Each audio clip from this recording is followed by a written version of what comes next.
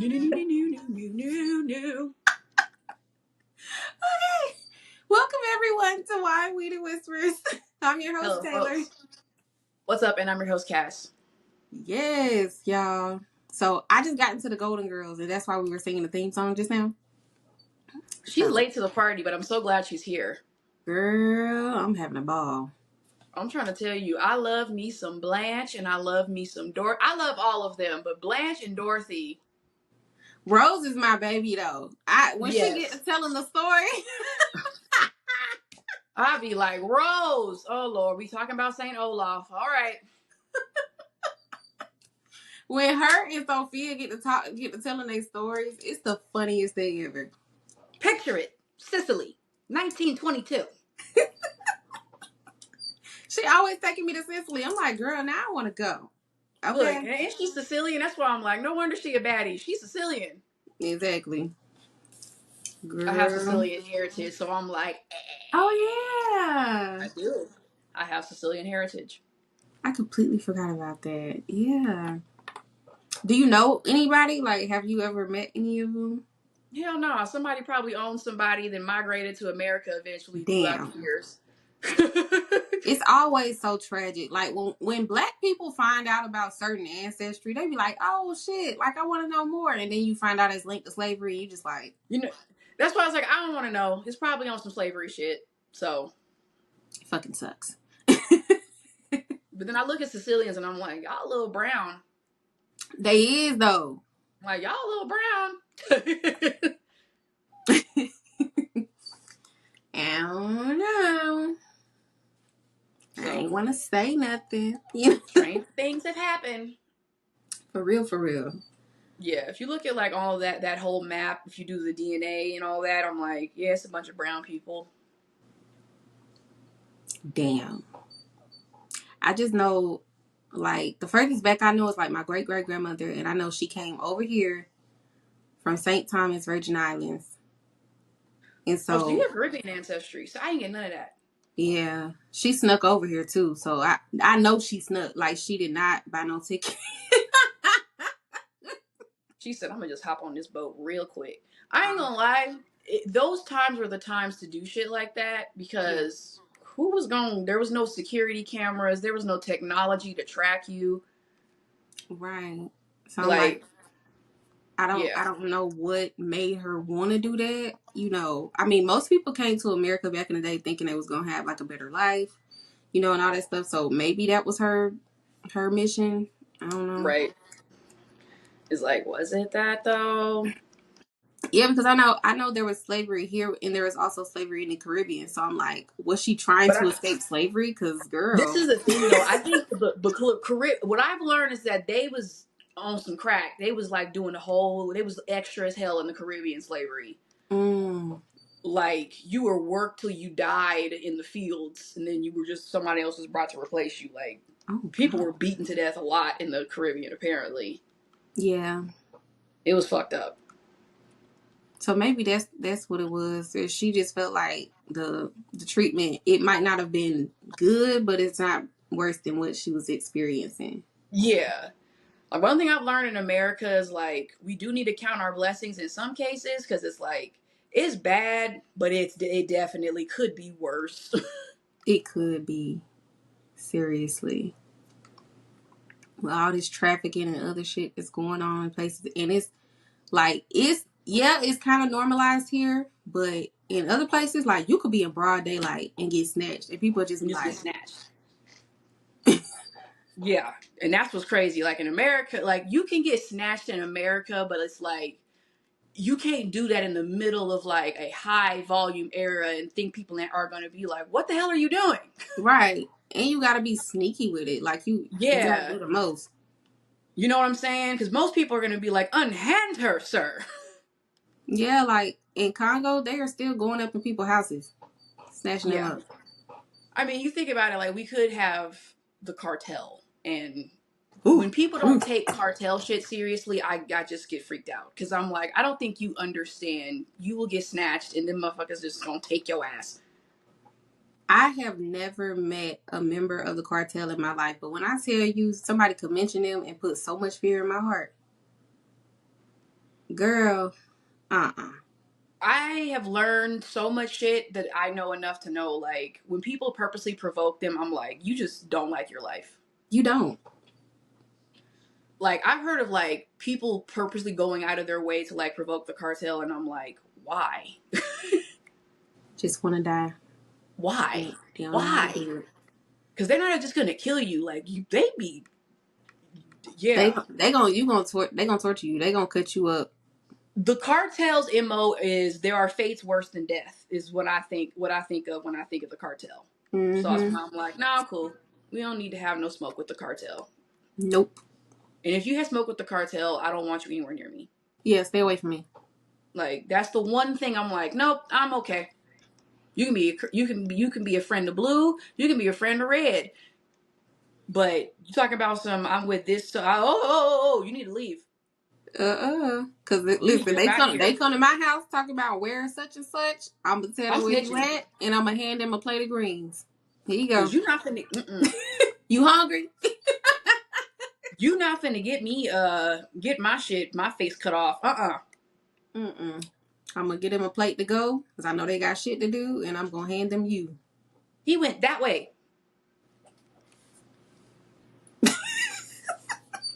He went over there. I don't know. I don't know. Get them some to-go hot sauce. I don't know if they like that type of stuff. You know what I'm saying? Like, listen, we don't have to have any problems. Please leave me alone. Mm-mm. Because they'll shoot a city square up just to prove a point. Yeah. Like, no. You fuck with the cartel, you need to stay away from me because that's just too much. Yeah, it's just some people you just don't fuck with. That's them. Yeah. So, well, let's get into our wine and our weed. So, I had to run this back. Okay, this Cabernet is really, really good. So, I went and got the same Cabernet from last week, y'all. Don't be judging me.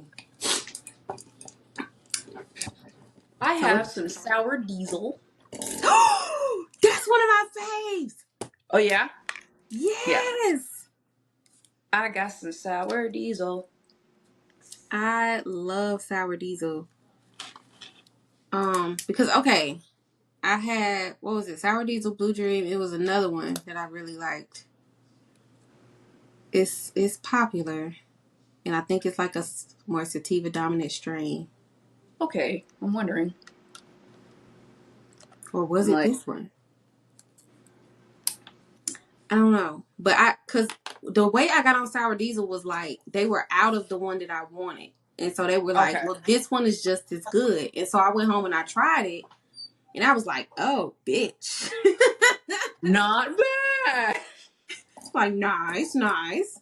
All right. Okay. But that's what I love about having a bud tender because they know what to do.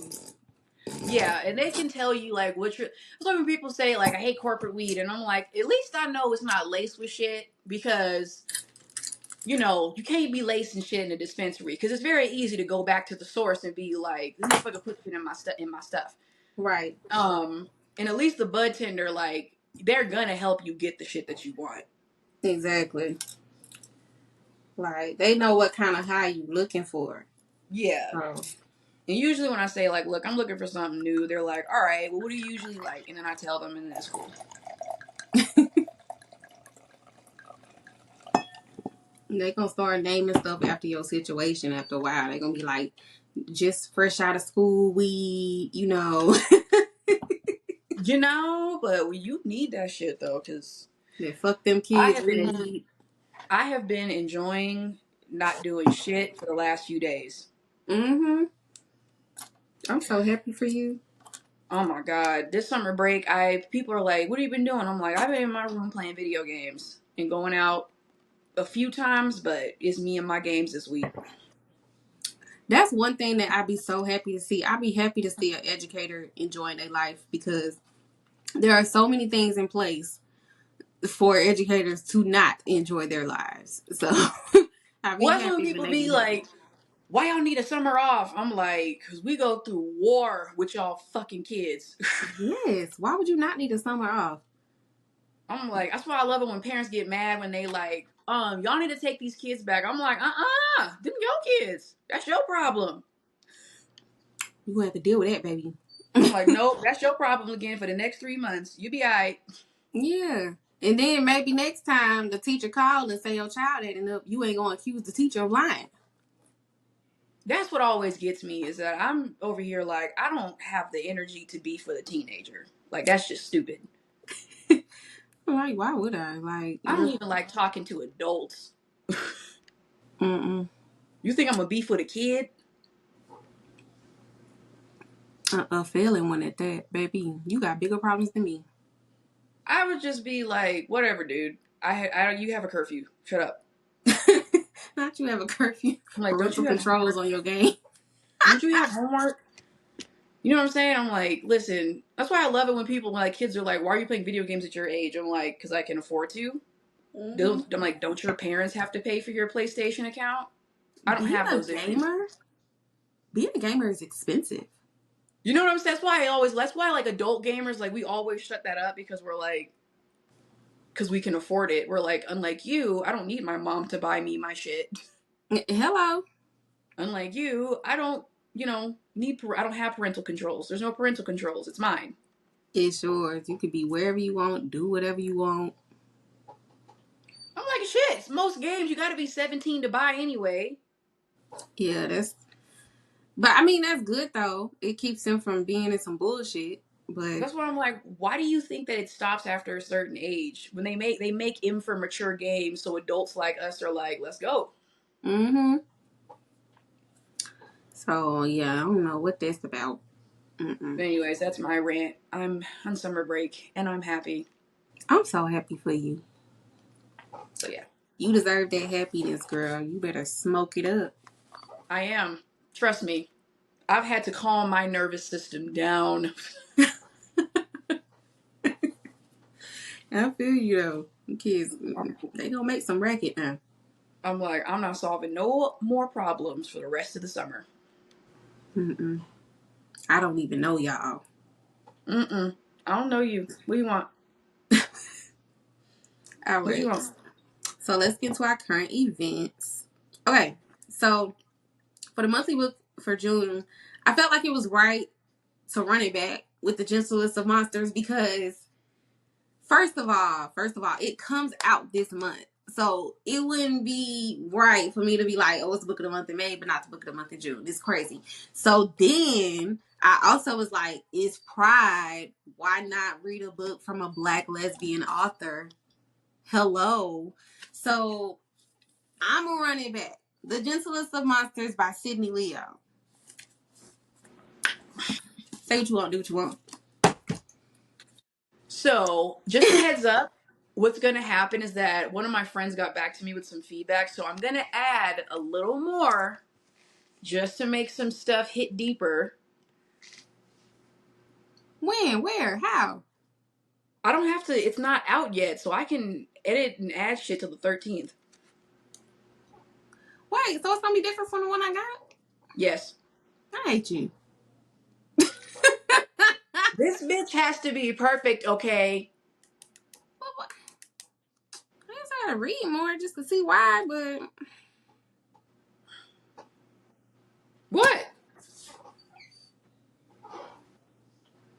what's wrong with it? Ain't nothing wrong with it.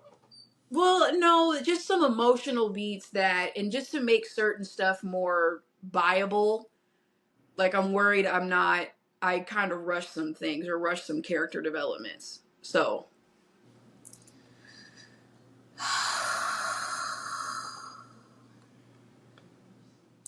But this is book one. So couldn't you flush some shit out in book two? I don't know how this works, so I'm really genuinely asking. I don't know. we're not going to do this. We're going to keep going. Well then. We're going to keep going. We'll talk about that later. It's not going to be huge, but just some stuff that I just want to make sure it lands. I don't want people to shred it to pieces or it ends up sucking. Who gonna shred a book like this? I don't know. People are mean. No, people are psychopaths. Yeah. Okay. I'm gonna let you have it though, because you're the author. And the author get to do whatever the fuck they want. Listen, if I can if I can write a song that I like 1 week and then hate it 2 weeks later and tear it up, then you can do then you can do what you want with your book. It's just the concerns made me worried, and I was like, no, it has to be perfect. Like if it's not, I'm going to freak out. Yeah. I feel I'm the same way. I'm kind of like that too. So I ain't gonna lie. You can do And that. I don't want nobody up here trying to play me. Yeah. I'm a definitely. I support you in that. You do your shit. Thank you. It's my revenge book since a certain person tried to play me. So it has to hit like it has to hit. It gotta hit. It gotta leave a crater. It gotta be like a surprise, shawty type of comeback. Yeah, girl. But I am glad you're enjoying it. Yeah, I'm having a ball. I'm having a ball. I am. I'm enjoying myself. So thank you for this. You're welcome. You I'm did really your glad shit. you're enjoying it. Yeah. Well, it is Pride Month. So, my Pride person of the week is Miley Cyrus. So I actually did not know until I was doing research last night that she is pansexual. So I never knew that. She's one of my favorite Disney girls, and she when she announced that she was pansexual, she just expressed that she prefers to define her attraction based on the individual, not based on their gender. So pansexual, yes, go Miley. Lovely. Very nice. My pride person of the month. I'm picking Kaylani just because that's the queen of the lesbians. So, For real. and like it's Kaylani. Like I've just enjoyed seeing them, and I just enjoyed seeing their career evolve the way it is. And it's nice to have an artist where like it's a female talking to other females. Mm-hmm. In their love songs. It feels nice. I like that. I'm always happy when like it's an actually good like lesbian love song. Like I love her feature on Kaylani the song. Oh yeah. I like Yeah. the way your body is, just like your body is. You fly just like Kaylani is. I was like, ooh, I like this. Yeah. That one song she has with Sid. I forget what it Yes. was. Yeah. Sit. Yeah. But I'll save that for the next episode. Trust. We have a lot of material for. I'm exalting all the lesbians this month. Well then. What? I just said, well then. But in my deep voice. Yeah. All right. Well, it is Men's Mental Health Awareness Month. So, my men's mental health tip is in this economy, guys, I really need y'all to learn to attach your worth to something that is not your bank account. Okay? You have to, because if your self-esteem and your ego and your identity is only attached to your wallet with the shit that's going on now. I mean, eggs are $6. Like, it's a lot. So all Yeah. I'm saying is learn to provide other things, and don't attach your worth to just the position of provider. Like, you can do other shit. Yes. But we ain't gonna get into that part because y'all gonna beat me up. So all I'm saying is just Right. attach your I'm like, let it go. Let's not before they light their pitchforks. they gonna burn me up at the stake. How dare you tell us to have personalities?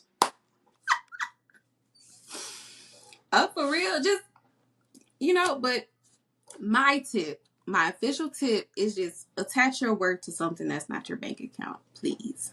Please. It'll save your life. Yes. Like, You're a human being. I had a person that I was like romantically involved with who quite literally ghosted me when he went through a financial crisis. And it was because he really just felt unworthy of love because he was going through a financial crisis. Mind you, this person don't pay none of my bills. So I don't know why. I'm don't look at you as like you gotta be doing that. So I didn't get it. But Right. he was just like, no, as a man, like I have to have this and that going on. I'm like, yeah, but not to me. Like, I could have supported you through that, you know? Right. You got to communicate. Right. Exactly. Like, just say I'm going through some shit and, as it's really fucking with my mind. I could deal with that. You need some space. Cool beans. But ghosting me, Yeah. like, I didn't take your money. Like, Right. but, yeah. So that's my tip for them.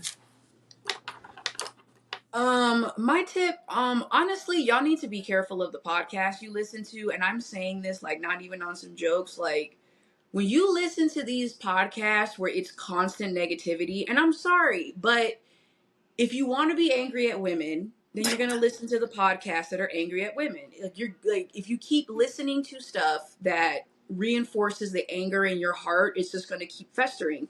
So y'all really need to start thinking about what you're listening to and start asking yourself, like, is this men's empowerment or is this just an unhealthy anger echo chamber and we're all just becoming worse internally? So I just want to say, like, a lot of these podcasts like are doing a lot of damage because I'm like, this is not helping men. They like to claim they're helping men, but it's making men worse.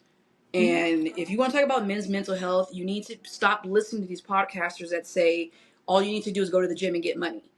No, you need to have a personality. You need to deal with your demons. You need to go to the doctor and get a checkup because you can have all the muscles in the world and have the heart the size of a grapefruit.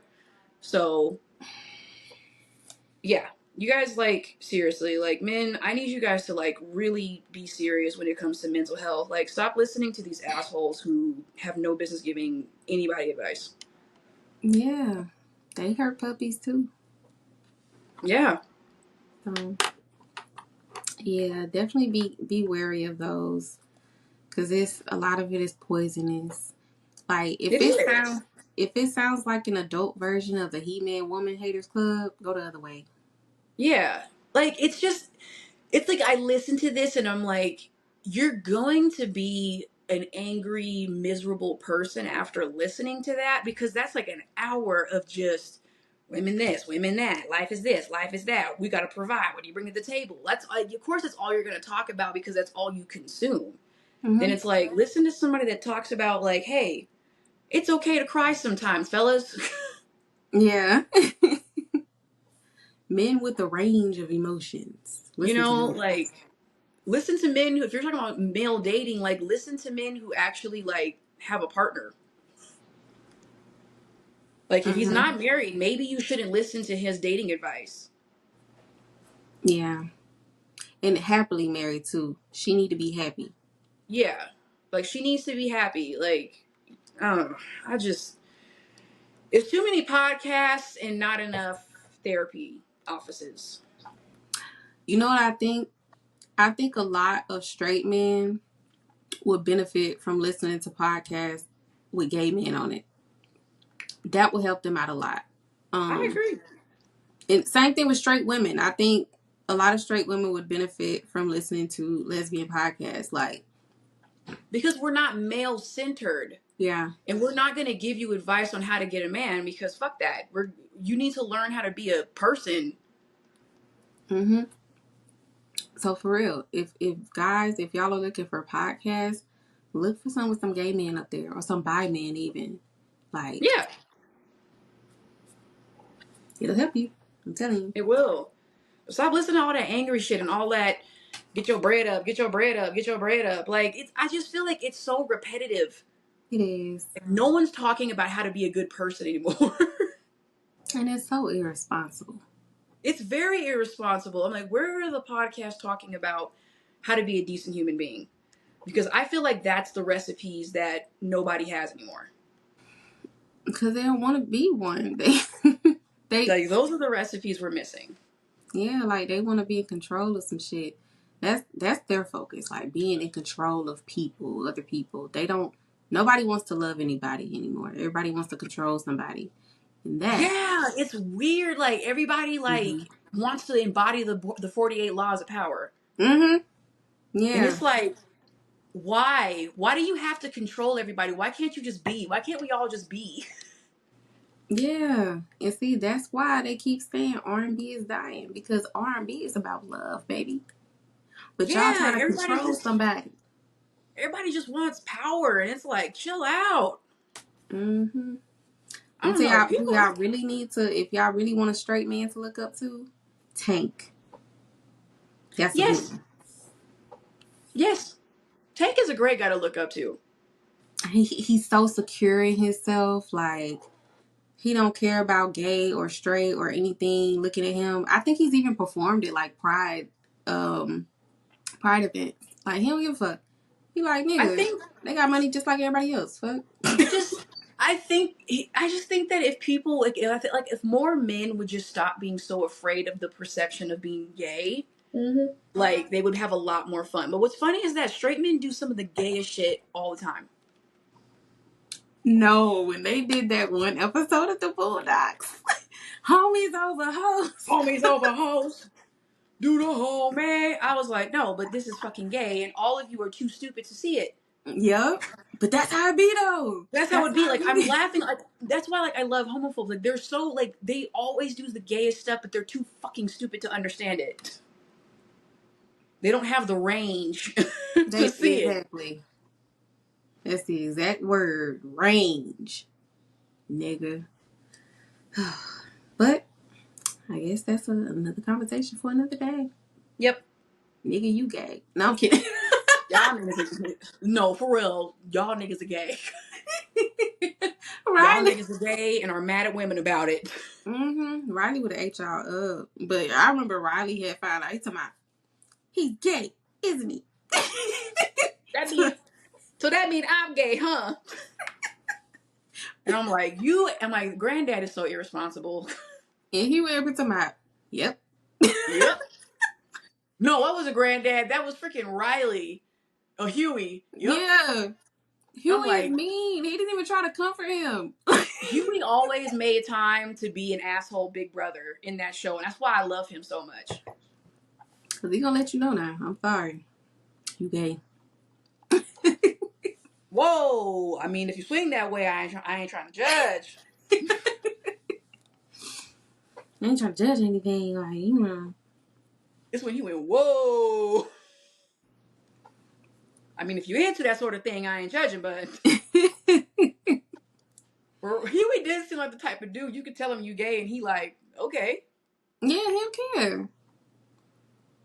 But Riley get out here wearing skirts to my niggas is gay. Riley, excuse me? I'm like, baby, see, I almost went, baby girl. Come here. All right. Well, it is also Black Music Appreciation Month. So, the Black artist that I want to appreciate this episode is Big Sean. He is a Detroit native. Big Sean is definitely on the soundtrack of my life. Like, definitely, especially in high school. That was my nigga. So a Mm-hmm. few of my favorite songs by him, I just wrote a few down. My Last, Marvin and Chardonnay, Beware, I Don't Fuck With You. That's a classic. Ha! Boy, Snapchat used to go crazy when that song came out. Girl, let me be going through a breakup. Oh. The club used to have, people would take their phones out like guns in the club and be like, when they heard that beat come on, people would be like, I don't fuck like, yeah, like, that was an era. Everybody would be in the club with their phone out on Snapchat. Everybody's story had like, you just knew somebody was mad when that Mm-hmm. song came on. I couldn't wait. Hold on, let me get my angle right.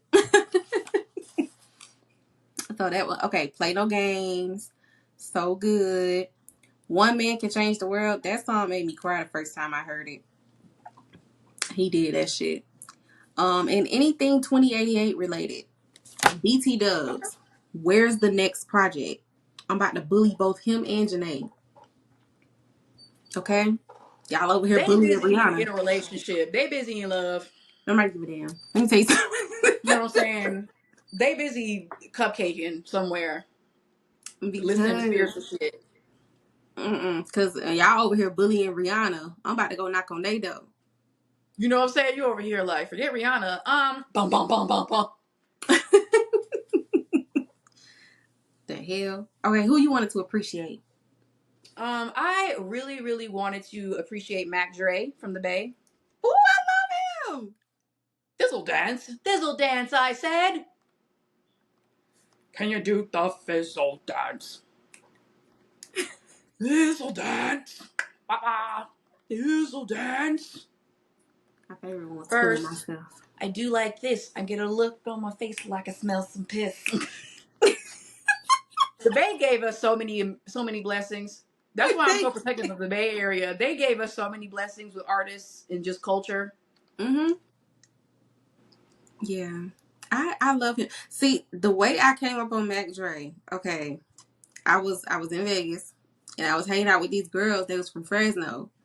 And so every time, and Fresno is not even like near the Bay. I don't know. It's not, where is it, like in the middle? In the middle of California? That's Central Valley. That's like farm area. Yeah. So but yeah, either way, they was from Fresno, and so they had went.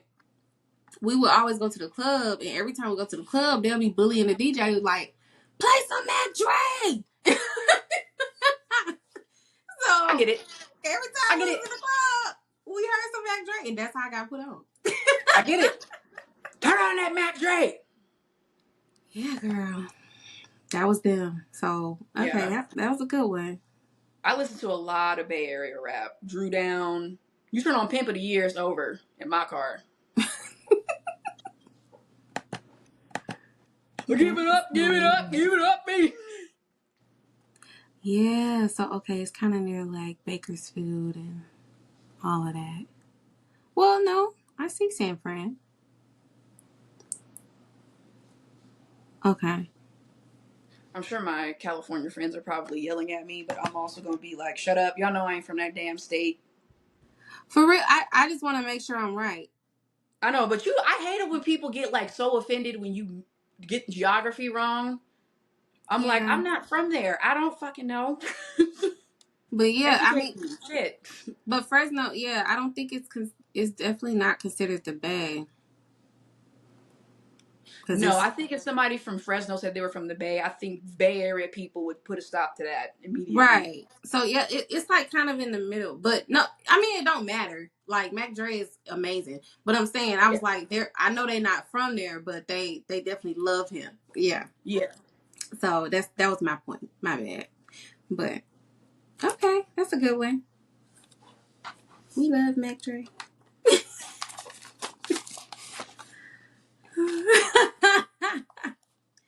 All right. It is also Caribbean American Heritage Month. It's a lot of different months in June. I hate it, but it's all black, so we like it. So my Caribbean American person that I wanted to talk about is Cicely Tyson. Rest in peace. She was born in Nevis to Nevisian and Trinidadian parents. So, and I read her book last year. Cicely Tyson is a very phenomenal woman. I love her so much. And she's so inspiring. Like, do you know she ain't get her first, like, acting role till she was in her 30s? See, this is why people say like you need to give up on your dreams. I'm like, shut the fuck up. Yeah, no, don't do And then that. ended up with a 6 decade career where she is beloved for generations. I was Cicely like, Tyson is why we be like on this land.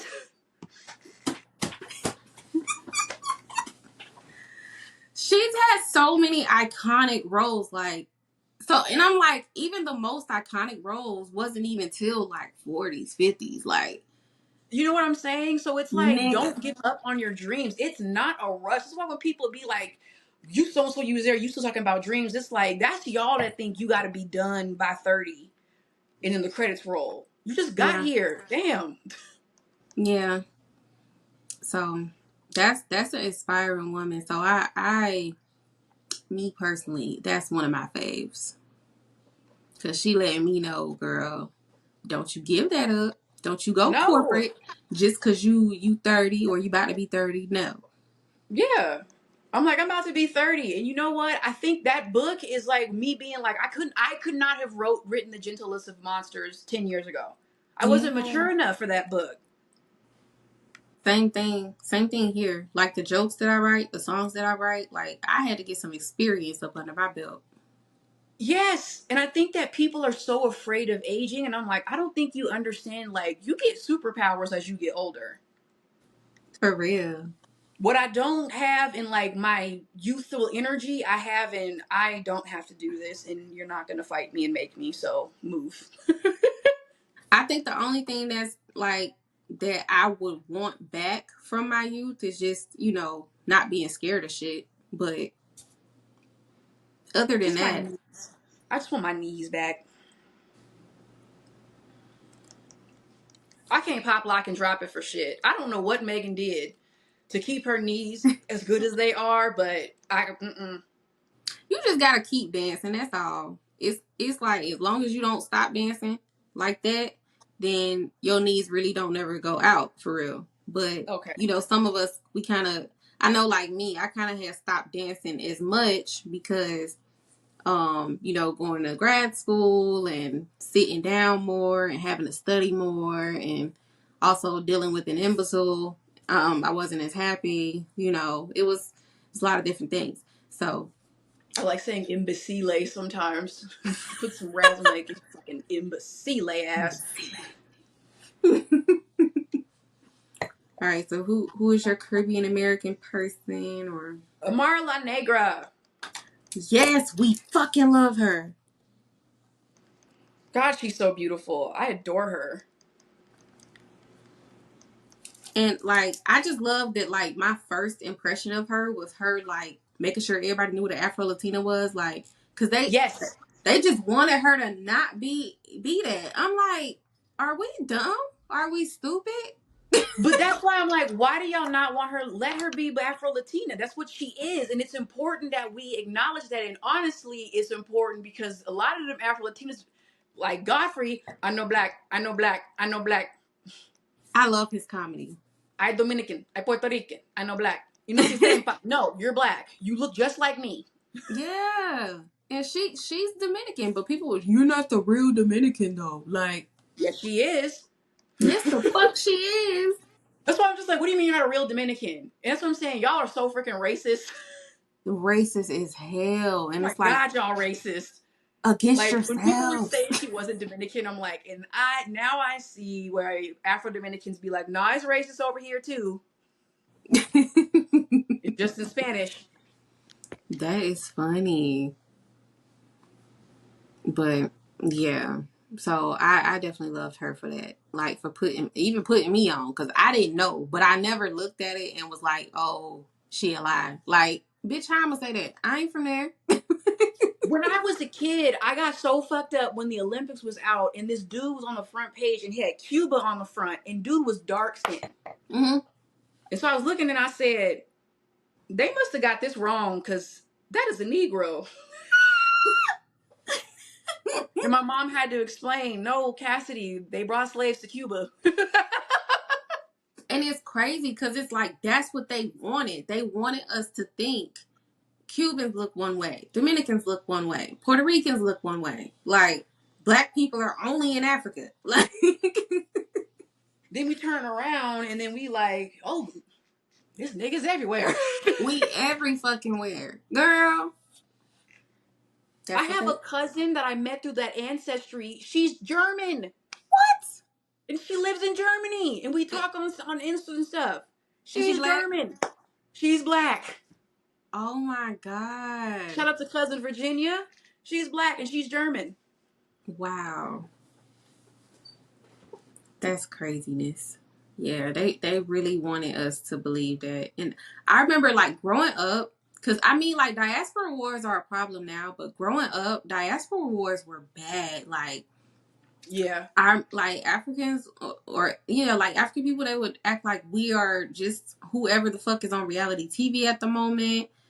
Caribbeans would just act like we But you know what? I think that's where social media is important because I feel like social media allowed black people like you and me to be like, okay, all that shit on TV, a lot of us don't even know nothing about that.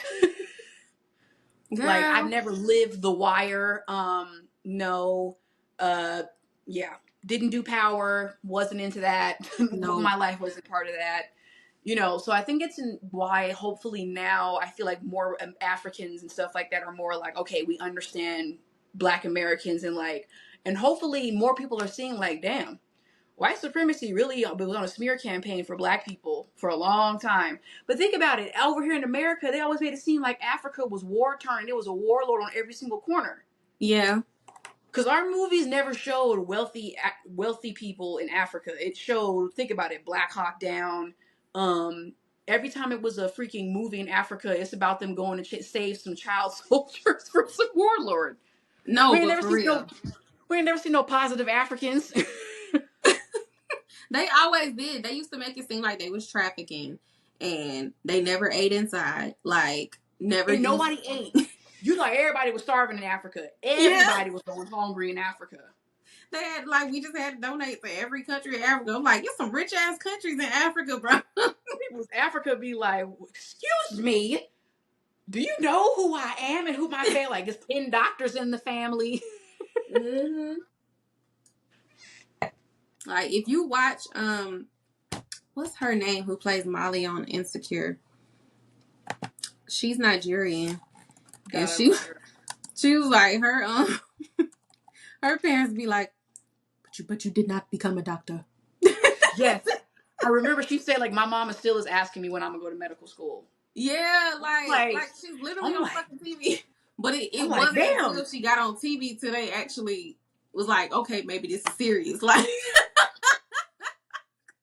But I'm like, from hearing my friends who grew up in African households, like all of my friends who were African, Ghana, Kenya, whatever, they all were some type of STEM major. yeah. It was like a non-negotiable in their household. All of them were STEM majors. Oh yeah, Yvonne Orgy, that's her name. Oh my god, I love her. And her specials are so funny. Y'all should definitely go watch those. But yeah, them people do not play about excellence in their family. Like, I love it. I was honestly, that's the one thing about Black household. I'm like, we need to get like that. We mm-hmm. need to get more like that. That's the one thing we need to get more like. I don't know. Maybe putting. I grew up with a little pressure on me. Like, oh, you need to be a nurse. Like, and I did. I went for it. But I was just, after a while, like, being on campus, I was like, man, I don't want to do that shit. Like, Not even like be a nurse or whatever. Just be on your kids with school. that is true. Yeah, Go just to make sure they're school. doing good. Make sure they got That's what I choices. want. You ain't got to be a doctor, but definitely we need to be more like, you need to take your ass to school and you need to be doing your absolute best. Yeah. That's all I want. Like, because I want you to have choices. So Yeah. I don't want nothing to be taken away from you. Like, if you decide you want to go to medical school or you want to be a lawyer, I don't want there to be any barriers there. But I want it to be the same thing with anything creative. Like, if you wanted to be an actress, if you wanted to dance, like, I want you to be able to do some shit like that. I don't want it to be, I want you to have no kind of boundaries that you have to cross. Like, Right. mm-mm. So, I get what you're saying. But, yeah, diaspora wars is crazy. And also regional wars, too. Like, because I be seeing that, like, northern people be having a ball talking about southern people. It's like, nigga, we migrated up there. I'm always constantly like, here's why we Yep. need to go back to history class. Yeah. Because we all started in the South. Yo, family from Mississippi, baby. I don't know what they Everybody told started you. in Mississippi or somewhere. You was either in Virginia, Mississippi. Everybody started in the South. So let's stop acting like I can't stand when people try to like act like the Southern people were passive. And I'm like, do you understand the violence that was going on in the South? They called Birmingham Bombingham. Mm-hmm. That's why when Northern people talk shit, I'm like, what are you talking about? I don't like that. Or be trying to act like we dumb. I'm like, do you know how? I don't have friends without degrees. So I don't know what the fuck you talking about. The most educated people I know grew up in the South. Don't play with us. One You know what thing I'm we saying? gonna do is get bored and get a degree. Hell, some of them HBCUs, you can't roll up in there with just some any old GPA. Mm-mm. Some of them HBCUs, they're like, what is this? Go back to Looking at you a little class. sideways. That's why I'm always like, leave the South Right. alone. Girl, I I've always just, always. Oh, go I just ahead. can't move down there because I hate humidity and y'all bugs is too big. Yeah, it's a problem. Them bugs Um, too damn big. I ain't dealing with it. Nope. right now it's hot as shit. My dad, he went out the door. He went to the store and shit. He was like, "Yeah, it's in the 90s, but the index, like, it feel like it's in the hundreds." Like, that's what I Nigga, don't that's like. humidity. I don't like that. If it's gonna be 90 something, be 90 something. Why the fuck you gotta be 95 but feel like 105? What the fuck is that? Like, bitch, just say it's 105. Like, I don't. Because if it's 95 in Vegas, bitch, it's 95 degrees. Like, Yeah. so I completely understand you, honey. I wouldn't move down here neither. Mm-mm. Hell, I'm mad I moved back. Yeah. People ask me like why I have like this, like sometimes I have a little bit of a southern twang, but like my family's roots is Arkansas and Mississippi and Texas. Oh, okay. So it's in your blood. Yeah. My ex, I remember he said, because he's from California. He's from LA County. But his family is from, like, yeah, like you said, Arkansas and Mississippi. Mm-hmm. That's why when people be like, "Oh, I the South," da, da, da, da. I'm like, all of our roots come from the South, so let's stop acting new. Yeah. I They rep my Southern heritage proudly. and they showed a map earlier this week on Threads. They was like, in majority of the black population is still in the South. And I it's was like, still in the South. damn. We need to migrate some more. We need to do another great migration. I told you, I said, what if we just started trolling these sundown towns and started mobbing like tens of thousands deep? Hell yeah. You'd be like, you know Bust what? their ass. Y'all go back in the house. Bitch. You know It's what? not No. safe for you. You go back in the house. You can't get gas tonight. Bitch. Yeah. It's always been my dream to put sugar in a clan member's tank. I mean, they car already be fucked up anyway, so just putting sugar in the tank, that's really gonna finish the job. I would totally love to like light a bag of dog poop on fire and then throw it at their truck. I would love that. Shitty behavior does deserve shitty things done to you. Period. Stupid games, stupid prizes, Don't be girl. fucking racist. It's not hard to not be racist, dumbasses. Okay, I gotta ask you a question. It's a Law and Order question. SVU. So this girl, she white. She lied about being raped by a black man. Um, and her racist grandfather, who raped that black man's grandmother years ago with his friends, he told her to lie. And so at the end, they end up finding out. She ended up going to jail or whatever. And she was just like, "I hate you. I hate what you stand for." Like, she just so mad at him. Do you feel sorry for her? No. I don't either. Why didn't you just say, Granddad, no, that's terrible. You're a bad person. Grandpa, Grandpa, go drink your prune juice, you old freaking sadistic fart. What the hell? Yeah.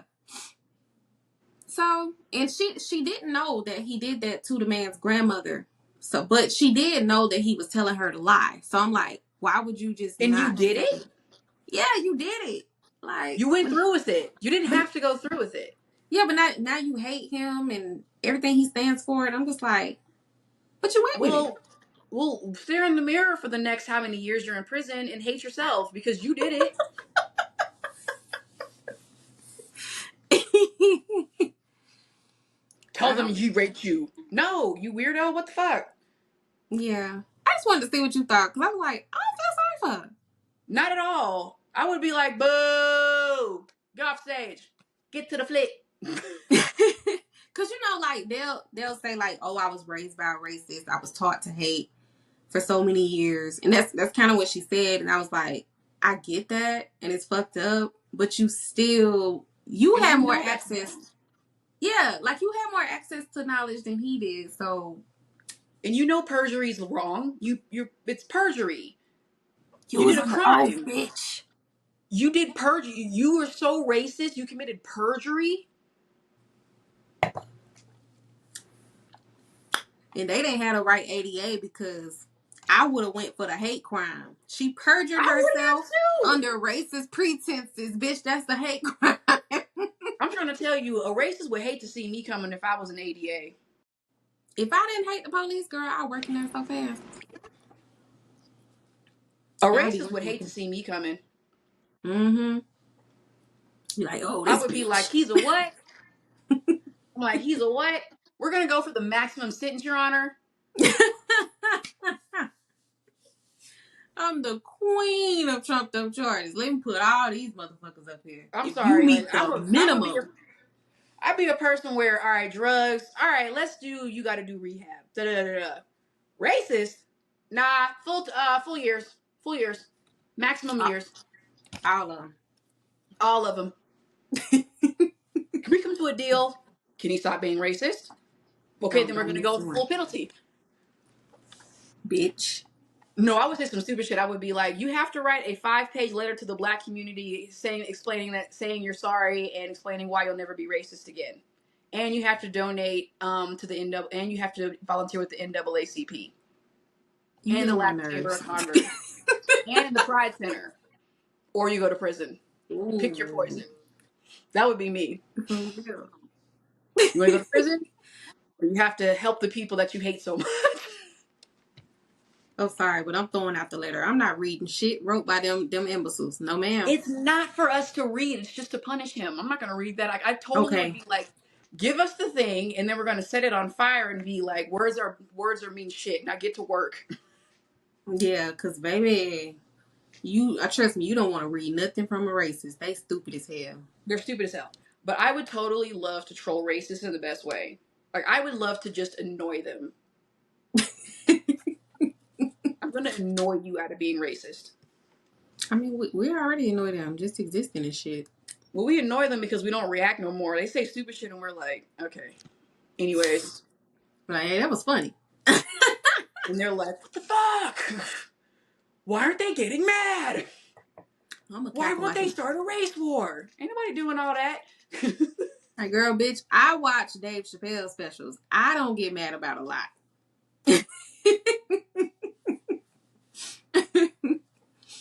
I'm like, it's gonna take a little more than some stupid comments to make us start rioting. We're not doing that. Yeah. So, who'd you want to smoke with this week? I would like to smoke with. I had this earlier. I had it. Did you smoke it away? I smoked it away. Sanaa Lathan. Okay. I fuck with that. I've had a crush on her since I was a child. So, And if plus, she's you one can of the get all first, if the. she say what? And plus, you can get all the Black Hollywood tea. Oh my god, I would be like, okay, who's weird? That's the first thing I want to know.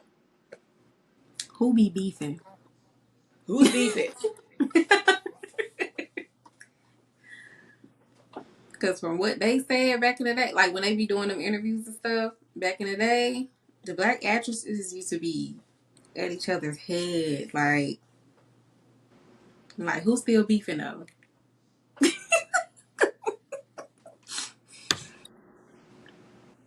Okay. That's a good choice. All right. So let's get to our astrology segment. It is Gemini season. Here, What happened? you keep Oh. going. I'm using the restroom. Oh, okay. Yeah, so we're gonna experience a better sense of communication. And we're also gonna be collectively more joyful. Also, I mean, like last week I did tell y'all about like who's all, a Gemini and everything, so I wanted to keep that going. Um apparently the president, he's also a Gemini. Oh, sorry, yeah.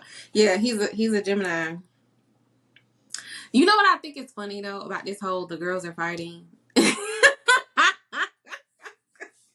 First of all, it wasn't supposed to become this big old thing, like, because it's just a regular thing that we say when anybody's arguing. Like, I don't.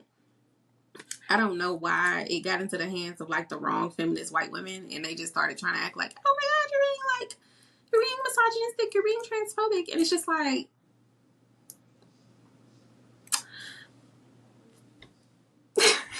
it's like certain words, certain terms, you shouldn't have been put in y'all hands. You know, certain labels shouldn't have been put in y'all hands. I don't know. But regardless of what y'all say, the girls are definitely fighting, and we don't fuck with either one of them. So, with that being said, fuck y'all too. Angela Davis hated them. Like, oh my gosh, I've read an Angela Davis book. I've read some excerpts outside of the book as well. Yeah, white feminists were like her least favorite people, and well, not were, because she's still here with us. Who? Angela Davis.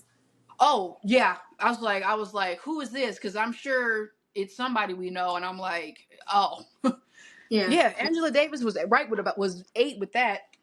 Angela Davis could not stand white feminists. She was like, every chance they get to leave us hanging, they will. They, So, it happened. This is the thing: is that the election basically made her word set in stone. mm, They did it again. How black women were just looking at them like, yeah. And then they got mad when black women said, you know what? We're just not going to participate. Y'all fight. We're done. And then they said, why do y'all think y'all get to just take a back seat? And I'm like, we don't take back seats. We take the front seat and then y'all jump out the car. exactly. Like, I remember the first time Donald Trump was elected.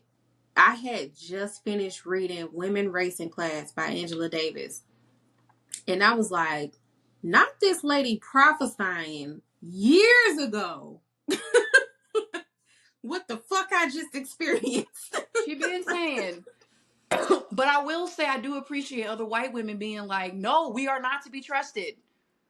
Yeah. And them saying we and the white women who are I call them safe white women. The safe white women are like, we need to get together and have a conversation with the rest of these hoes. Black women, y'all Mm-hmm. chill. We'll take care of it. And I'm like, we'll see how them conversations go in the next 4 years or so. Yeah. Because it's fucking ridiculous. I'm like, damn, they be doing us like that. But it's not surprising. It's just like, it's surprising to me that over the years that y'all have not seen how y'all own men be leaving y'all hanging sometimes. Like, Susan how B. are you still Anthony. disloyal? Susan B. Anthony. When I found out her true story, I was like, another one. And I was like, Hurt my little oh, feelings. Ooh, that she hurt my left little us feelings. hanging. So now every time I hear her name, I'm like, fuck that bitch. Girl, they had me looking up to her, like wanting a coin with her face on it when I was a kid. Like, I used to collect those coins. I used to collect Susan B. Anthony coins. Now I'll keep a Sacagawea coin any day. But Susan B. Anthony, that bitch, that shit can go in the smelter for all I care. not the smelter, bitch. But no, for real though. Like, I used to be like, oh, I got me a Susan B. Anthony coin. And then I would lose it. And then I would be so sad. And I get another one. But, girl, when I tell you them coins can go to hell. But that's why I'm like, we really do have to take charge of like our kids' black education, our kids' Yeah. feminist education, because they will really try to teach you that these people didn't do shit wrong, that they didn't hurt no black people, that everything that they did was for the benefit of all Americans. Whole time. They was dragging us through the mud, girl. Like, Well, I always love. They said like Black history was taught in schools like this. Once upon a time, black people were used to be slaves, and then the Civil War happened, and then slavery was gone, and then it got really bad, and then black people and white people weren't allowed to be friends. Then Martin Luther King came, and then a bad racist killed Martin Luther King, and then the last racist went to jail, and racism was solved. The end. yep, And it's like, yep. no, no, no, no. Growing up is realizing that's not what happened, because I did as a child believe that. And they're trying to even get rid of that version of the story. And like, we ain't even realized at first, like, what we was taught was watered down. Like a motherfucker. Talking about there is no Harriet Tubman in Ba Sing Se. There is no Underground Railroad in Ba Sing Se. Girl, if you don't get the fuck out of my face. That's my favorite thing to do when people are in denial about like some historical or current event. We're gonna take it back to Avatar. There is no Harriet Tubman in Ba Sing Se. Then I turn into Mary from Sinners. Girl, if you don't get the fuck out of my face.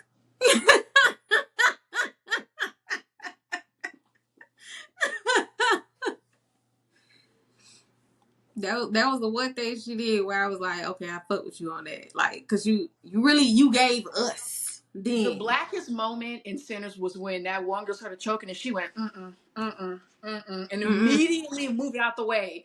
And I said, that's black people. We, what's that? What's all of that? We don't like that. I don't trust that. We will go, nope.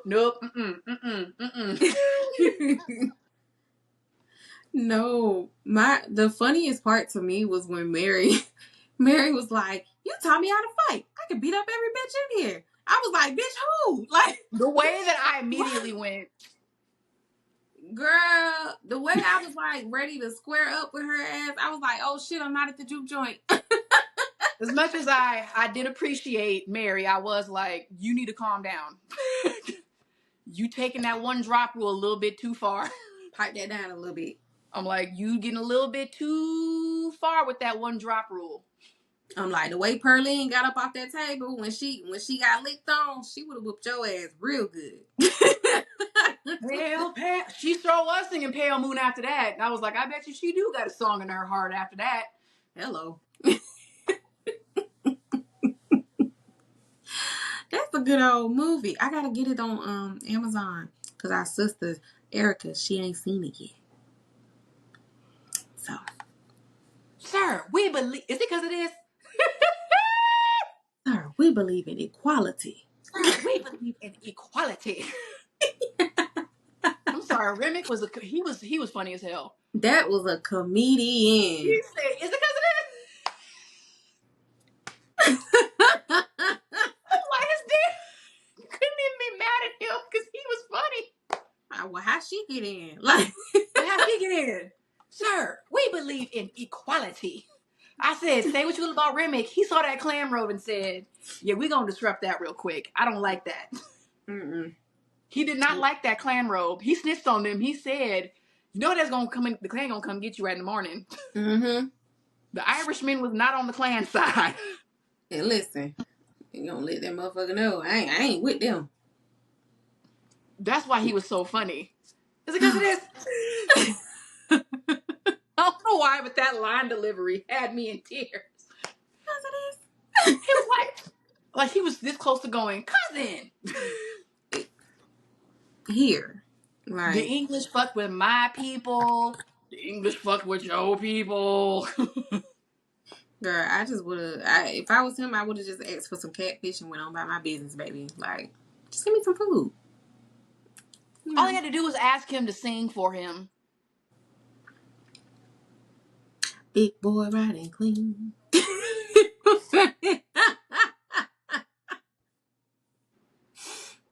I was in that theater like, make it stop. I was like, baby, I know you fucking lying. Then they did the little roundabout. I was like, oh.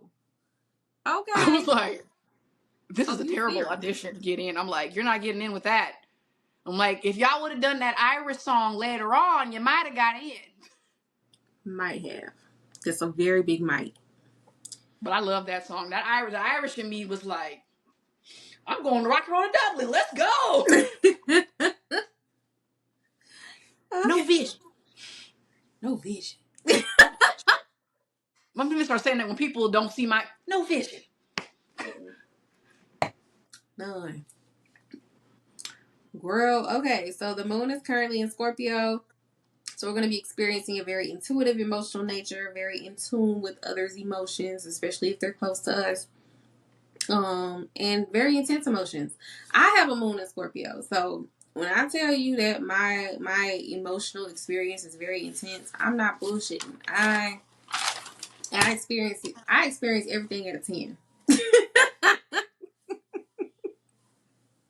So, whew, we're intense people. Um, and now Venus is currently in Taurus. So we're more inclined to physical gratification, food, other sensual pleasures, things of that nature. Also more jealousy and love. Tauruses tend to be very possessive, and so that could be a thing that we could experience too, whether from others or from ourselves. So let's get into our topic for today. Conspiracy theories, part 2. All right, so I have a few. Okay, the first one, I don't think it's really a conspiracy, especially because he just admitted it. But yeah, Elon, he stole that election for Trump. And he Yeah. admitted this. He admitted this via Twitter, on June the 5th. And I will post that screenshot because I do have the screenshot. But I mean, even without the screenshot, I knew it because it's just like, bitch, you won all the swing states. He won. It was confirmed like that. All the You swing states. how we go from the Biden Trump election where it took us a couple days to even know who the damn president was. All of a sudden in one night he won the whole election. Just You sound like a little lying. white boy. A bullshit. A bullshit. You lying your ass off, baby, because it didn't happen that quick. Somebody lying. You mean to tell me I woke up the next morning and I knew? No. That's not how that works. Not with an election like this. It was never supposed to be like that. So, yeah. So that for sure. And then also, there's a lot of stupid in America. I will admit that. But there is not enough stupid in America to elect this nigga twice. I just don't think so. I don't know. Only reason I don't why I believe it. only have questions is because the day after, when everybody said, "What is a tariff?" and "Can you change your vote?" and I'm just like, I hate. Like when I saw that, that's what made me the most mad. That's what made me the most mad about this election is I'm like, no, you motherfuckers did not look up what is a tariff the day after the open note test. Yeah. Not the You can open note. Google Not shit. the open note. I was at the polls googling shit on my phone to make sure I knew what I was voting for. Yeah, because like certain, I get it. Like with certain questions, like they'll tell you to vote on a law, and like the wording in that It's is like, confusing. yeah. So I understand looking that up just to make sure you're voting for the right thing. That makes sense. But for y'all to be looking up what is a tariff after the shit's over, Why didn't you do that before you went to I'm just like, why didn't you do that before you went to the voting booth? Well, I don't get it. because one thing I'll say about Trump, this election, he was very honest about what he was going to do. He said everything that's happening right now, he said it. So there is no way that y'all are sitting up here talking about, I didn't know it was going to be all this. We've been telling y'all for the last 8 years what he was gonna do. And we was lying. He ain't racist. He's here for the people. I'm stupid. I don't understand politics. I feel like people every year should have to put in an application to vote. Like, I think you need to take a test. It's just like, and I hate it because it's like, I know that that's how they kept black people from voting, but it is like, no, do y'all actually understand how this country works? And like, I feel like people don't understand how the country works. People get so mad and be like, well, the president had this, well, the president ain't doing shit. And I'm like, do y'all understand what Congress is? But that's why they can bypass laws and do that type of shit because we And like the don't fact don't that nobody people get don't it. and the fact that people don't understand what an executive order is versus a law. I'm like, it's an executive order. It's not a law. Yeah. Yes, it is. The president gave it. No, it's not. Like, it's weird within the impeachment process. The amount of people who didn't understand what impeachment versus removed from office was. Yeah. And some people are still so stupid, they still are saying he wasn't impeached. Yes, he was, beloved. He wasn't removed from office. You don't know what you're talking about. But you know what? One of the biggest MAGA supporters who always had something to say that I knew once upon a time, I don't talk to her no more. But the one lady I used to know, who was the biggest MAGA person, she said how she failed government 3 times. Why are you arguing with me? Excuse me. No. Why am I arguing with you? How You you don't fail know what you're government? talking about. But how you fail government? 3 times. In high school. In high school? How you failed government in high school? Do you know how easy that shit was? It's people that don't know what the 3 branches of government is. Or they don't know that there's 3 branches. Frank. There's people that don't understand what the difference between Senate and the House of Representatives is. If you start breaking it down by House of Representatives, Senate, people gonna really get confused. A lot of people do not know how this fucking government works, and they think the president just gets to do what they want, and it's like, no. No. And I'm like, why do you think we are all losing it over people like Marjorie Taylor Greene? Just like they don't understand like a pardon and like what the president can pardon versus what he can't pardon. Like if you're in state prison, it's not up to the president, it's up to the governor. Exactly. If it's a federal charge you have, the president can pardon that. If it's state, he cannot. Well, shouldn't the president? No, because that's why that's called states' rights. Yeah. There's a reason why you can smoke weed in Nevada, and if you, soon as you step foot into Texas, your ass is going to jail. Yeah. Or like in Vegas, you can drink on the street, but you can't smoke in the street. Whereas in LA, you can smoke in the street, but you can't drink in the street. It's so weird. But it's like you gotta play by people's rules when you. That's why I can't stand it when people get confused. Like, I'm from so and so, so I don't. It's like it don't matter. You in this state, you gotta play by the state's rules. Yeah, that's why you need to know people's laws before you go visit somewhere. You do. Like, y'all need to start looking up at like what state law. Like, it's certain stuff you cannot do. Honestly, if people need to understand what stop and identify is. Yeah. And you need to see, is my state a stop and identify? So that way, if the cops do say I need your ID, do I have the ability to argue or no? Yeah. And some states you can't walk around with that weapon on your hip. Like, you can't do that. My Second Amendment rights. It don't matter. You got state laws. You gotta still follow rules, bro.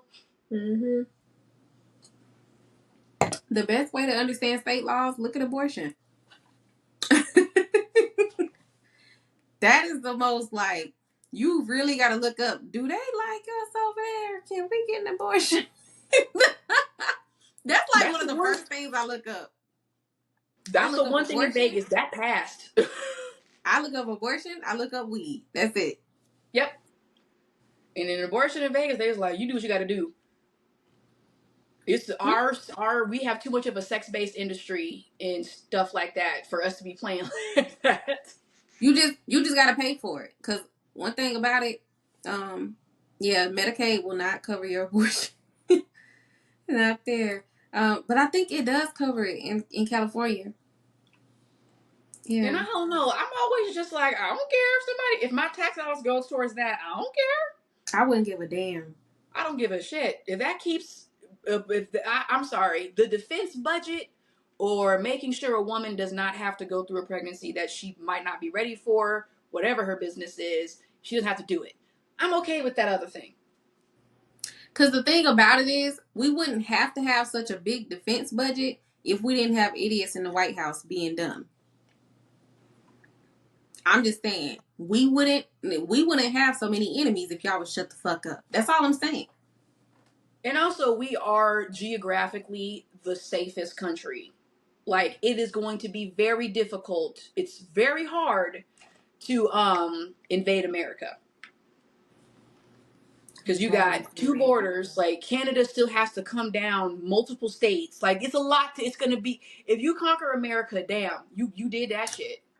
I'm glad you said that because, to be honest, I don't be knowing. Like, I really just be like, he talks so much shit. I be like, oh my God, one day somebody's just really going to drop a damn bomb and we ain't going to know what to do. I mean, sure, there's always the fear of the big red button, but then there's also the idea of mutual assured destruction. Because if this person pushes their red button, then he's pushing their red button, they're pushing their button, it's going to be a chain. it's not, nobody wants to shoot a nuke because basically everybody's going to be like, you need to chill. Yeah. You're going to kill us all. Like, you know, the biggest fear is that you're going to get somebody crazy enough to essentially do mutual assured destruction. And that means nuclear holocaust. And Oof. that's what's scary, is that you get the wrong leader who's stupid enough to be like, fuck it, we all burn. Yeah. I don't want to deal with that, man. So it's not being scared of nuclear war, it's being scared of the wrong idiot. The dummy. The wrong You know, dummy. basically nuclear warfare is we gotta worry, we worry about not having the worst crash out. Like that's like basically the worst crash out you can possibly have. Yeah. Like that's, talk about crashing out. That's the crash out. Like, I'm okay with people crashing out. I'm not okay with people crashing out when it affects me. Yeah. I And I nuclear just want to warfare is throw it like, past.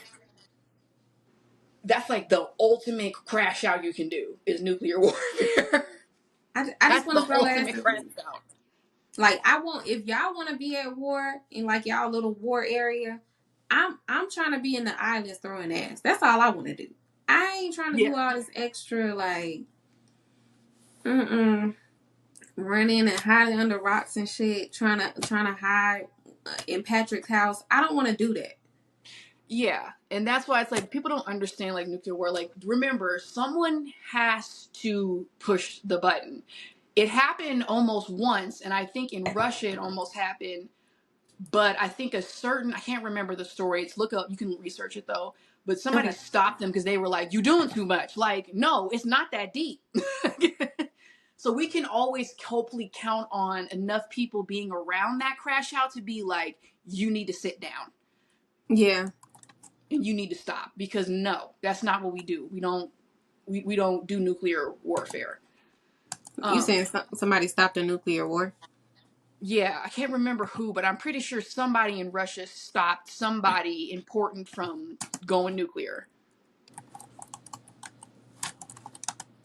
because the fact of the matter is that people don't understand that nuclear warfare means that, you know, we're talking about global famine. We're Okay. talking about drought. Yeah. It's saying it's happening 83. A man named Stanislav Petrov stopped. Okay, on September 26, 1983, a Soviet early warning system detected what appeared to be multiple U.S. nuclear missiles launched towards the Soviet Union. Petrov, the duty officer, recognized the system was reporting a potential attack, but despite the high stress situation, decided it was a false alarm and didn't report it up the chain of command, as was the protocol. Why he's credited. His judgment prevented a potential retaliatory nuclear strike by the Soviet Union against the U.S. and NATO allies, which likely would have resulted in large-scale nuclear war. The false alarm was later confirmed to be a malfunction caused by sunlight reflecting off clouds.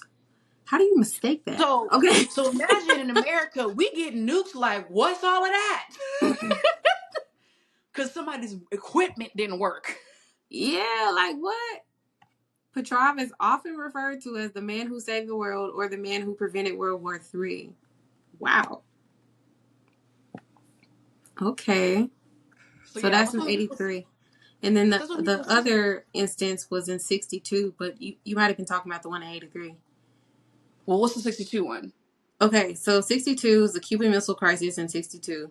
Oh yeah. I know about that one. Okay, so a man named Vasily Arkhipov. He was a Soviet naval officer aboard the nuclear-armed submarine B-59 during the Cuban Missile Crisis. So, U.S. ships dropped depth charges near the submarine, leading the captain and political officer to believe war had started. Arkhipov, as the flotilla chief of staff, had the authority to veto the use of nuclear weapons, and he refused to consent to launching a nuclear torpedo, despite pressure from other officers. His refusal to authorize the nuclear launch is credited with preventing a major nuclear escalation during the crisis, which is considered one of the most dangerous moments of the Cold War. Arkhipov has been posthumously recognized with the Future of Life Award for his actions and is credited as the man who saved the world. It can't be two of y'all.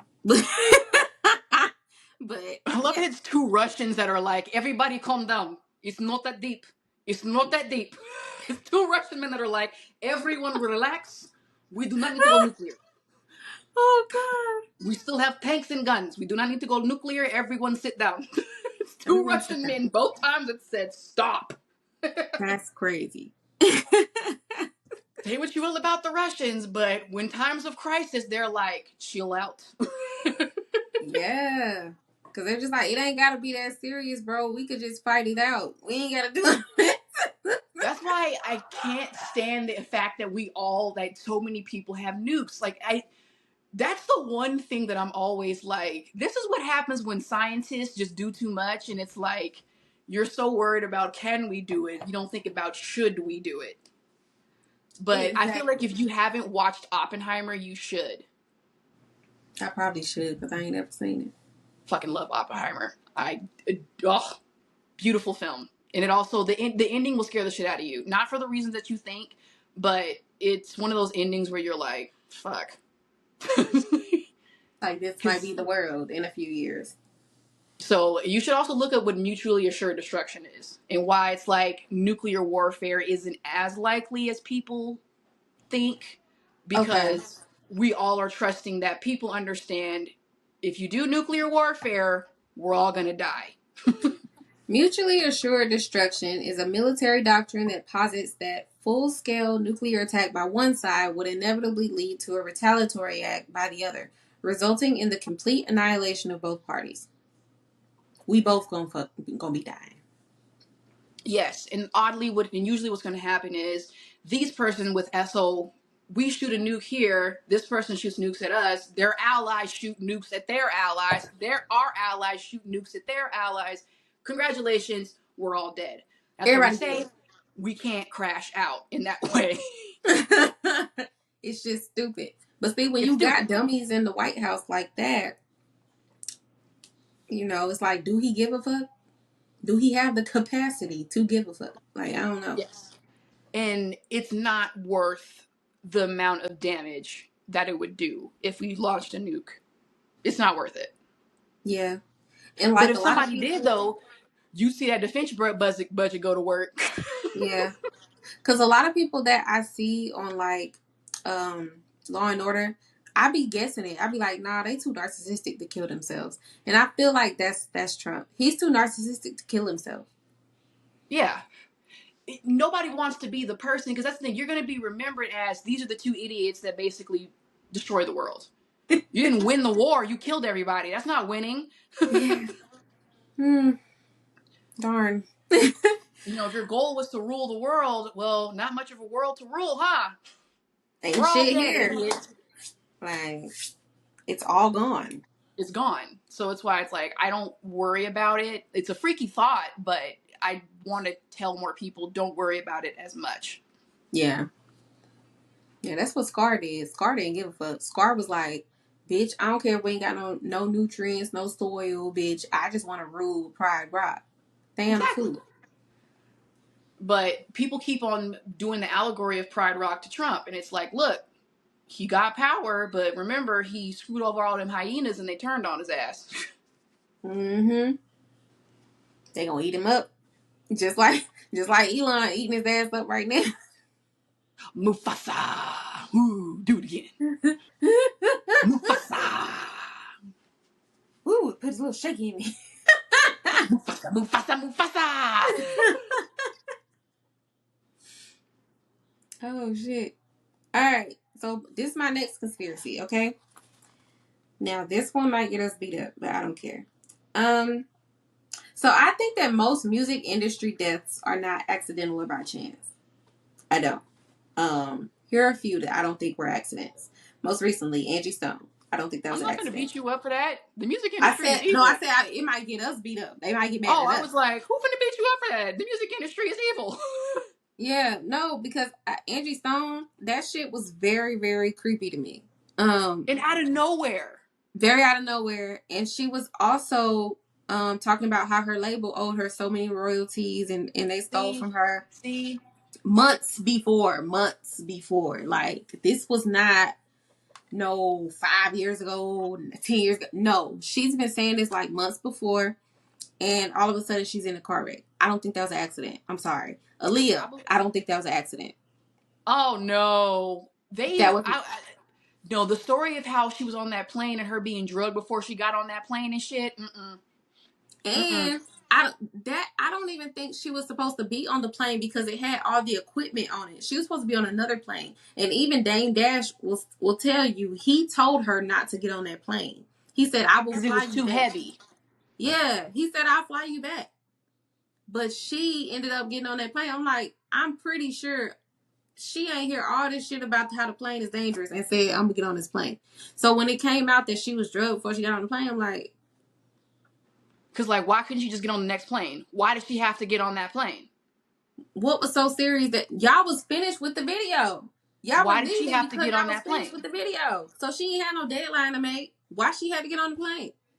I firmly believe, that was suspicious. And it's all of that. Diddy shit's finally coming to the light. Tupac's death has finally come to the light. Like, Yeah, because all of this Tupac and shit Biggie, because, yeah.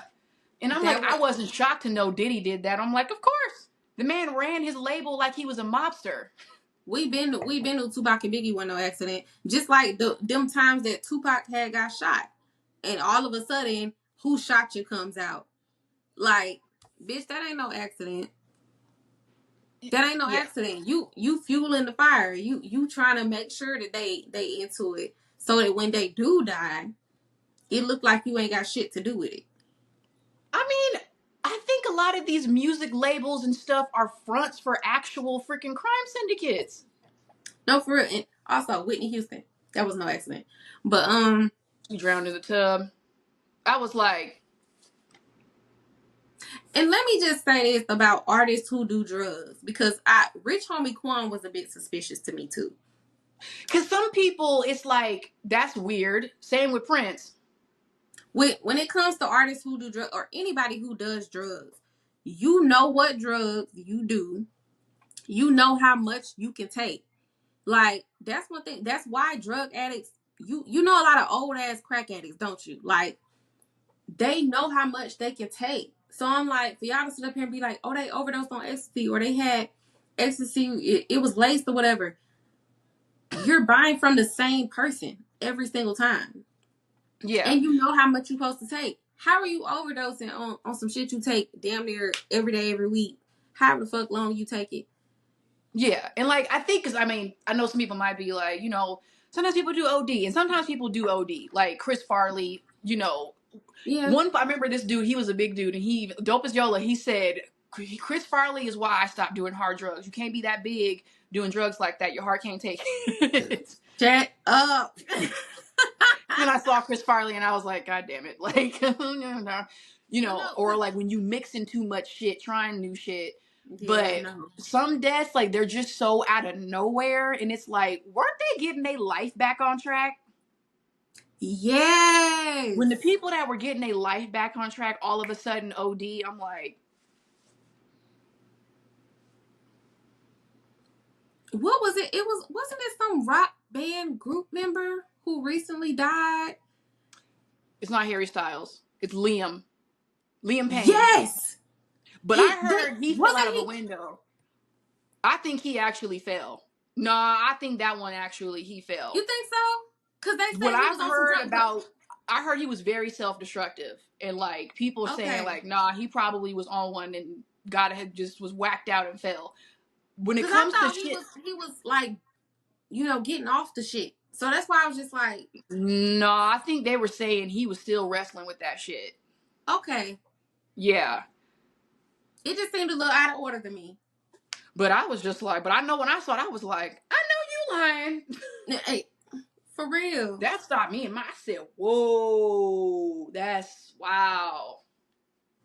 But no, like a lot of this shit, I'm like, it don't be no accident, bro. Like y'all just be like, oh, they overdosed or they was in a car accident or a plane crash, whatever the fuck y'all be saying. The way I feel, this how I feel. I think the music industry, or at least like the labels, they're like all just low key one big ass trafficking ring.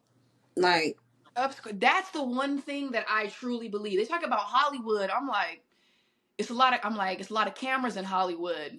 In music, though, It's a big ass trafficking ring. And even Prince himself compared it to slavery. Specifically record contracts. He said record contracts are like slavery. Like, and you find it on rollingstone.com. But yes, he said that. And like ever since he said that, I don't know why it just always stuck with me. Cause I was just like, they make you do too much shit. And then like when you think about, I think what made me suspicious was the female, like you remember the female rappers, like they was coming out in droves at one point, and every time one of them would come out, like a couple months later they got a deal, all of a sudden they whole image change. Like next thing you know, they dating rapper after rapper after rapper. Like I feel like I was like, it's a little suspicious to me. I don't know. Okay, and I agree, because this is my thing, is that I've always just feel like all of these record labels, again, it's no cameras in the record, it's no cameras in the studio. Nope. That's why I said with Hollywood, it's like it's harder. I feel like you got to do shit in plain sight, and you're not gonna sit there and do too much stuff in plain sight that's gonna be obvious. But Okay, you my in the charger. music industry, as long as you producing the music, people ain't looking at you. People don't care. But I'm like, And I look at stuff like that. I'm like, you were coming up as an independent artist with this particular message that you was putting out, and now all of a sudden you thinking about random bullshit like on pop songs and shit. Like I don't know, it's just kind of weird. Like I remember that time Suki Hana. I remember like some people said Suki Hana used to sell waist beads. I don't remember that part of her. I was on Suki Hana when the whole 5 foot shit happened. Um, so that's how I know Suki. But the thing about Suki was she wasn't signed when she released 5 foot. mm-hmm. So I remember when she did sign, and I remember her getting on like her Instagram, and she was like, I don't know, I sold my soul to the devil. Like I did this and that. Like now they got me doing this and that. And a lot of stuff she like Suki been ratchet, but it's like a lot of stuff she was doing. It seemed like it was like a humiliation kind of thing. Like she wouldn't usually do that or put herself out there like that. So I'm like, what do they got her doing and why? Like it was a little bit weird to me. And this is the thing, is that I feel like people make it more mystical than I think it needs to be. Mm-hmm. Like I think people act like it's like this whole basement and everybody got robes and it's a chalice in the middle and they chanting and shit. And I'm like, I think we need to stop watching movies, guys. But I think it is like, all right, you didn't sign this deal. Now here's what the stuff that we're gonna have you do now. And I'm pretty sure it's gradual. Like they gradually start putting you on that shit. And I just think that when they say I sold my soul to the devil, it's like the devil does not have to be this dude in a cloak in the basement of Death Row Records, Mm. on a altar. The devil is the motherfucker that is pushing that contract out, you smiling in your face, knowing that you don't fully understand what the contract says. Yeah. I even So I'm like like, with the BBLs, like I feel like some of the BBLs be forced. Like I be feeling like the girls be doing just fine, no surgery, no none of that. All of a sudden they sign, they got a new ass, new titties. Like like it comes with the signing. Like, all right, once you sign with us, we gonna go ahead and get you down to the table to get you a BBL. And it's like, I just wanted to rap. yeah, like But you know what? I was trying to hook up with people in the hip hop industry out here. And I remember I would send my beats. And I remember it was the freakiest thing ever. This dude, he was like, yeah, I saw your little beats, but I want to take you out. no. I didn't talk to him anymore. I was like, and that's honestly for me, I was like, the music industry is not for me. Because I'm trying to do music and you trying to, can we just do business? We just But it's gotta not the first time we've heard about certain artists in some type of trafficking or whatever. We see what a certain Atlanta rapper, his shit got swept under the rug real quick.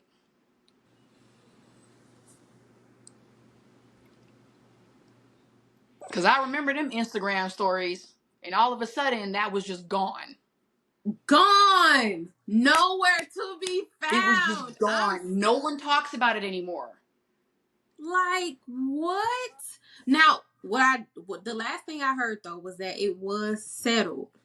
It was settled out of court. But I'm still like, she can't say shit no more. Like, nothing is the same. I'm just like, that's I crazy as now fuck to me. now I look at them sideways. I'm like, I don't know what y'all be doing. That's And too I much. say this too, like because another one of my theories, my conspiracy theories is like, okay, like Diddy, R. Kelly, okay, they did that shit, right? We are in agreement about that. But Yes. I feel like they were only caught because they pissed somebody off who was more powerful and even more sick than them. Mm-hmm. I Because do this not is believe they just got caught because they was careless. No, because if we want to be honest, all of them are careless because they really do that shit in our face. But yeah. they are caught and on trial or in jail because they pissed somebody off. If you have fuck you money, there's always somebody that has more fuck you money than you. Yeah, And I'm pretty sure somebody that had more fuck you money than them. Because I just feel like after a while, it's like, you've been getting away with it this long. How all of a sudden you're not getting away with it no more? 20 fucking years later, bro, we had a whole video of Robert peeing on an underage girl. It was a Boondocks episode that aged so well, you would think there was no time skip between each event. Nigga. I'm like, Like, so the y'all seen Boondocks that shit. episode aged so well, you can play them for both times he was in court. And it just is seamlessly fits. That's how outrageous him getting off the first time was.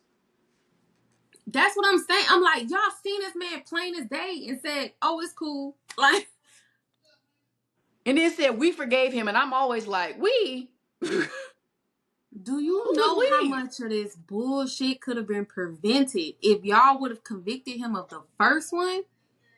But you know what that is? That is a reflection of when you don't press charges against the family predator the first time. Yeah. But It just I'm telling you, grows.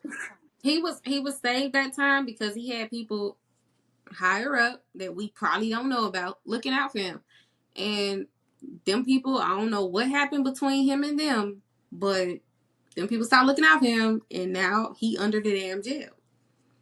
And the thing too is that people always assume it's another celebrity. And it's like, do you know how many rich people there are out there that we don't even know who they are, but are wired in that industry so deep? Girl. And that's That's what why I'm I'm always saying. Like, y'all gotta understand, first of all, these niggas is black. Let's just start there. They're black. no vision. No They vision. always they always gonna have a target on their back. I don't care how rich you get, you will always have a target on your back. And on top of that, you gotta think about it too. Humans are like communal by nature, right? So we typically do what's normalized. So I feel like when they were doing what they were doing, it's because there are other people doing it. Like, Yes. duh.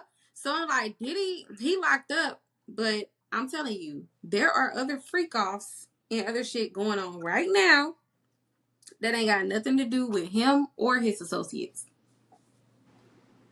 And we won't know about it because they're not celebrities.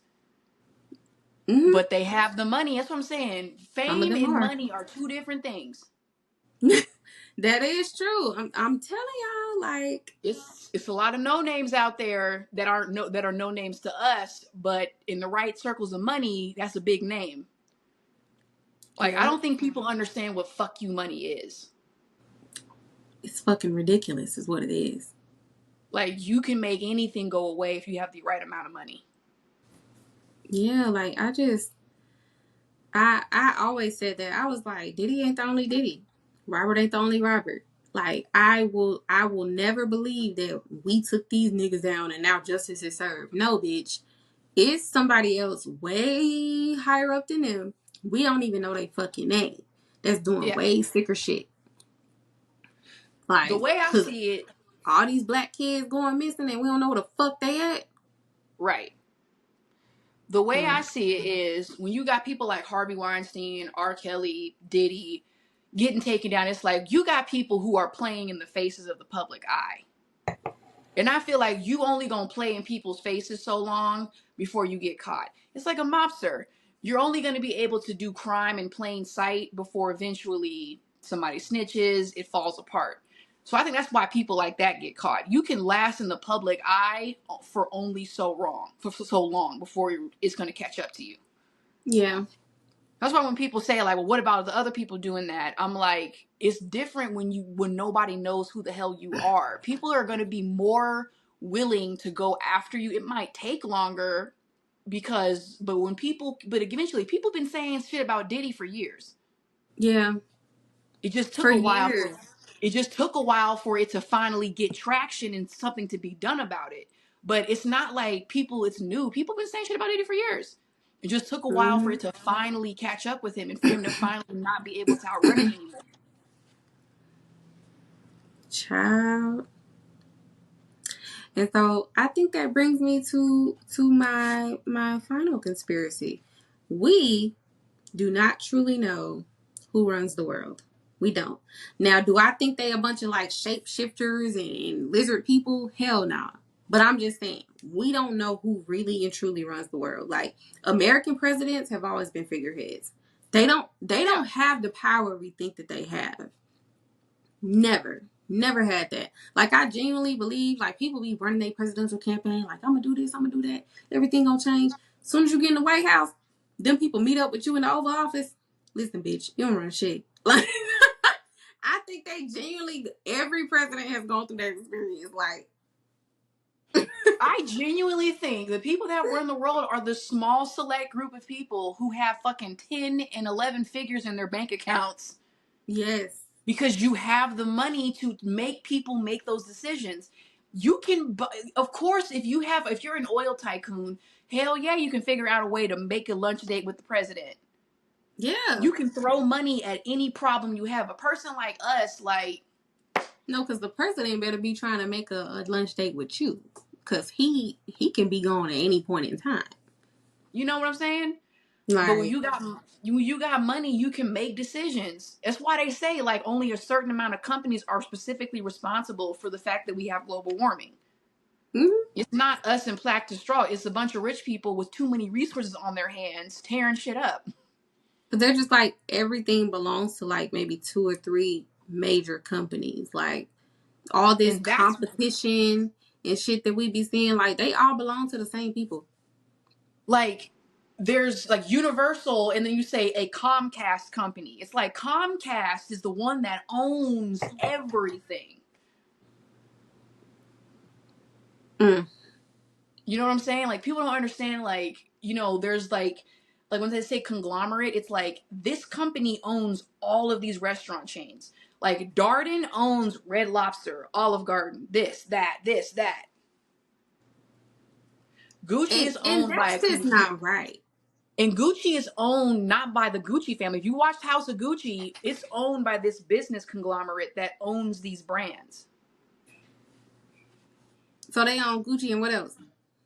Uh, I'm sure Louis? some rich person's gonna get me shit for this, but Louis, fucking Yves Saint Laurent, like shit like that. Nobody really owns their fashion company anymore. Gianni Versace's dead. And we be bragging about wearing this shit. That's why I was like, I'm telling you, like, the minute I start making any kind of like red carpet appearances, black owned. I'm not playing with Yeah. y'all.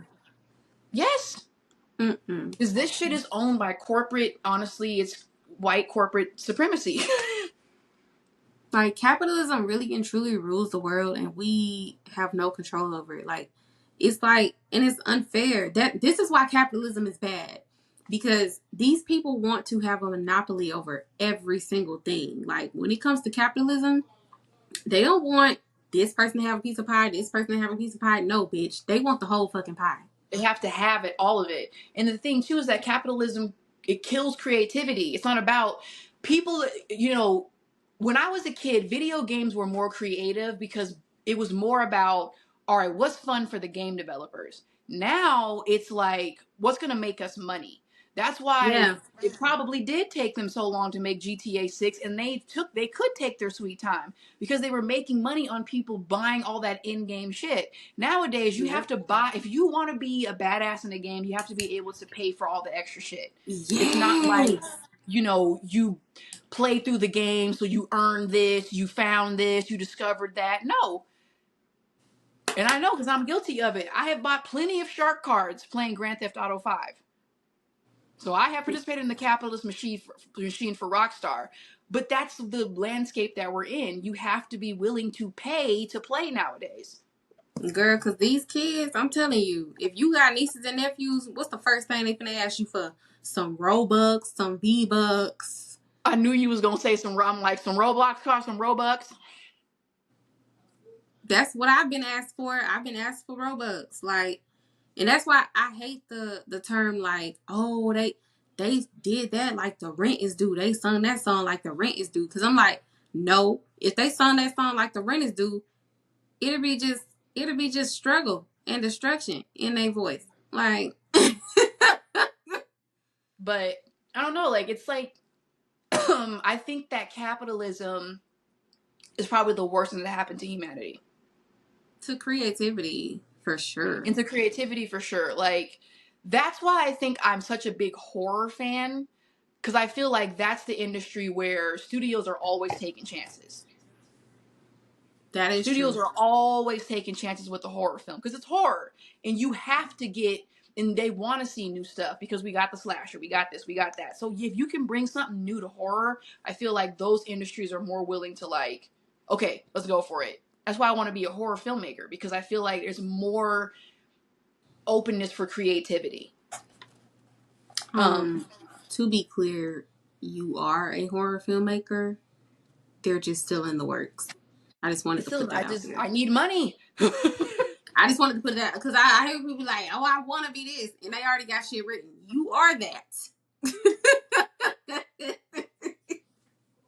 What's funny is that when I made the script for Journalism Monsters, they said this would actually be very cheap to make.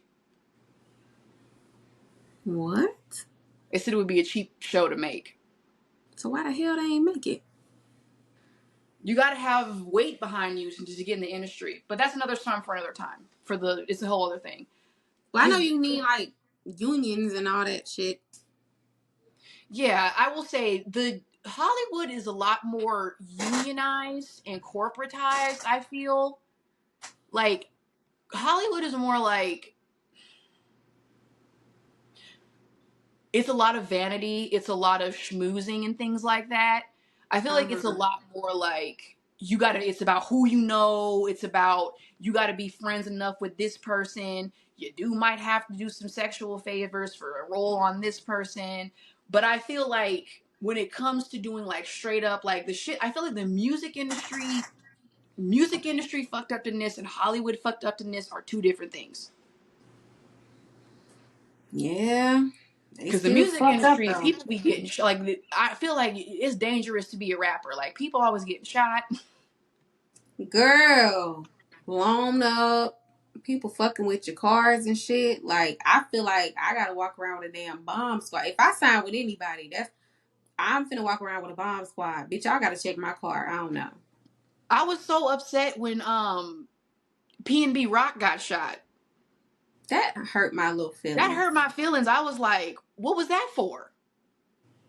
Stupid. And then like Dangerous. I think it was either when he got shot or when Takeoff got shot that it started to come out that a lot of these labels be having life insurance policies on their artists.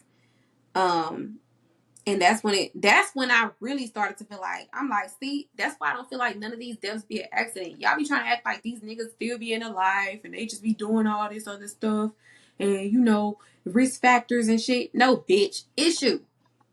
Like, as much as you try to deflect it on their lifestyle and where they came from, these niggas been working on their music for how many fucking years to get out of that lifestyle, and you gonna sit up here and try to blame it on they past? Because that's the thing. Girl. P&B ain't been in that life for a while. All of a sudden, you at Roscoe's Chicken and Waffles and somebody slide on you. It was out of nowhere. Yeah, I'm like, find somebody stupid because it ain't me. That was weird. Like, I was like, for what? Find somebody There's only done. one rapper that I was not surprised when he got clapped on, and I think you know who I'm talking about.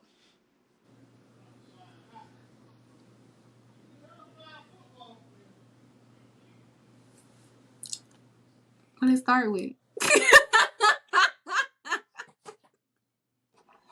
He was in my Spotify top 5. He was in your Spotify top. God damn it. He shot and alive or he shot and gone? He shot and gone.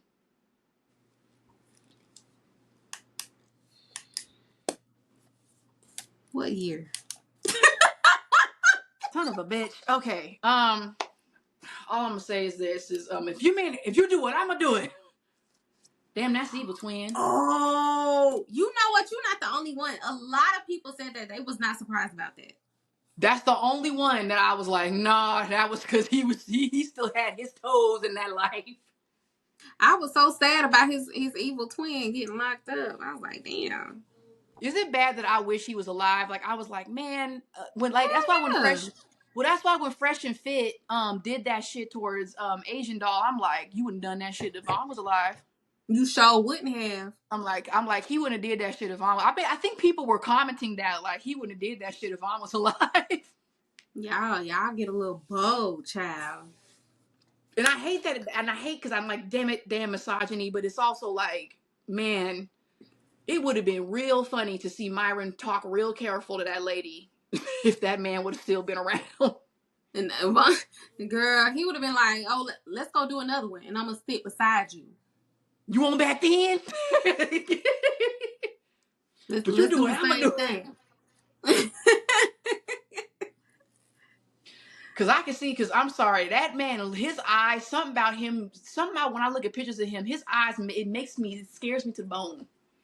He looked like he just do that shit. Like that's just what he do. Ooh, is it your dog? Oh,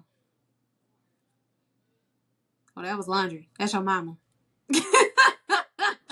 My mom brought me clothes. I was like, what's wrong? I thought, I'm like, am I being too loud? No, she's just being a great mom. Oh, we She love brought me a her. bunch of dresses because we're going to Hawaii, so Where for my y'all birthday. going? For my birthday, so like July 18th or something. I wanna go. So if we I are ain't going. recording that Saturday, I cannot record. I will We can't. be We done. We done on the 12th, I think. okay. So Cause yeah, I'm like, I'm we gonna be on a done. boat. I'm gonna be on a boat. I'm trying to be on a boat with my top down. Maybe that's not the Yeah. boat for that. Nah. Sorry. But yeah, that's the one rapper I've always been like, man, that Fresh and Fit interview would have went so different if he was alive. And so many things would go different if he was alive. Because I remember when that happened, I said, was Vaughn alive? And I remember everybody went, no. He was like, No, hell no, he wasn't I alive know when that that shit happened. because I didn't know about him until he died. Like, Mm-hmm. because it was just so much social media like attention going to his death, and I was like, who is this person? And so that's how I even got on his music and knew who he was. And Yeah, so same. I know when that interview happened, no, he was not alive. And to this, that's why every time I see it, I'm like, man, I'm mad that man was gone when that interview happened because it would have been real nice to see a scared, like a genuinely scared Myron. Yeah, but he is. He is a scared little boy. He just It's hides just, it it would have well. been real funny to see like a real alpha male because that's the alpha male.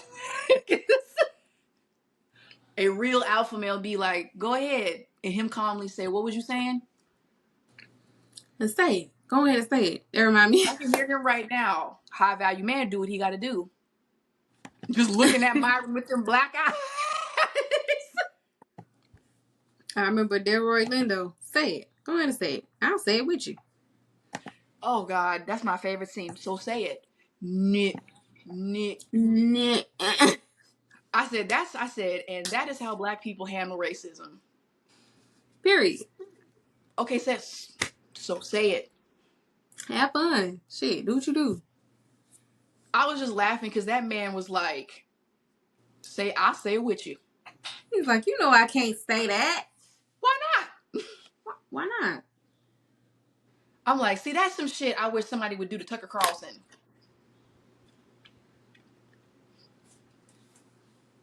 Because I'd be like, on national TV, say it. Come on, Tucker, I'll say it with you. Nah. Fuck them other. Because I'm down for my. You don't want to say it? Him and Don't Pierce trust. Morgan. I would love to troll them like that. Don't trust them new niggas over there.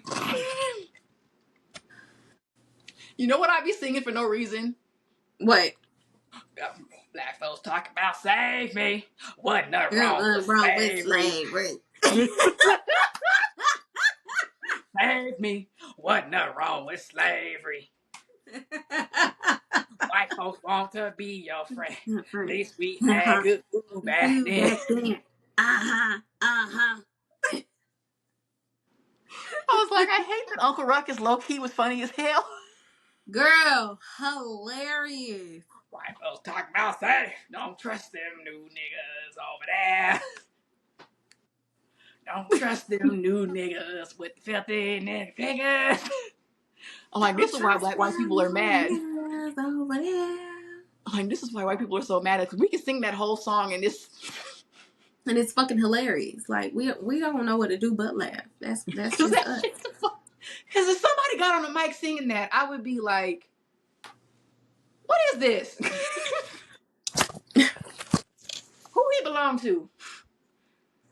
Hell, the other day I was playing the game for no reason. I was like, nigga, get your black ass out of there.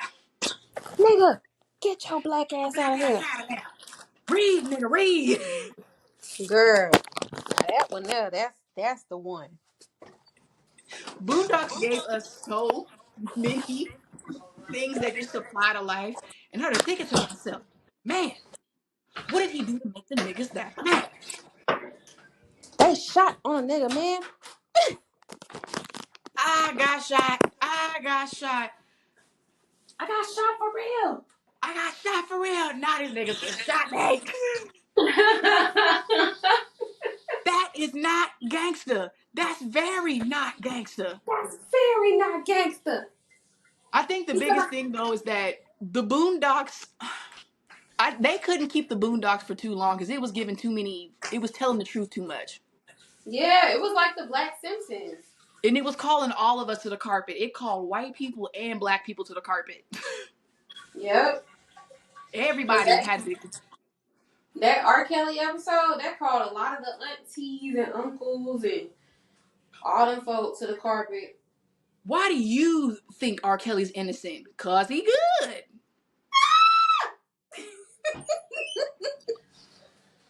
The freaking fried chicken episode, and then the Popeye's chicken sandwich came out. Do you know how upset I was as a black person when that happened? No, for real. It was annoying though. Like I was like, there are Klansmen up here hooting and hollering over some hooch, watching y'all fight and fuss over this chicken sandwich. For real, like, cause it would piss me off because I would literally be going to Popeyes for like a regular ass reason. It wasn't even a chicken sandwich, and the line was just so long. I would just be like, damn, I just want a couple of, couple of wings or something.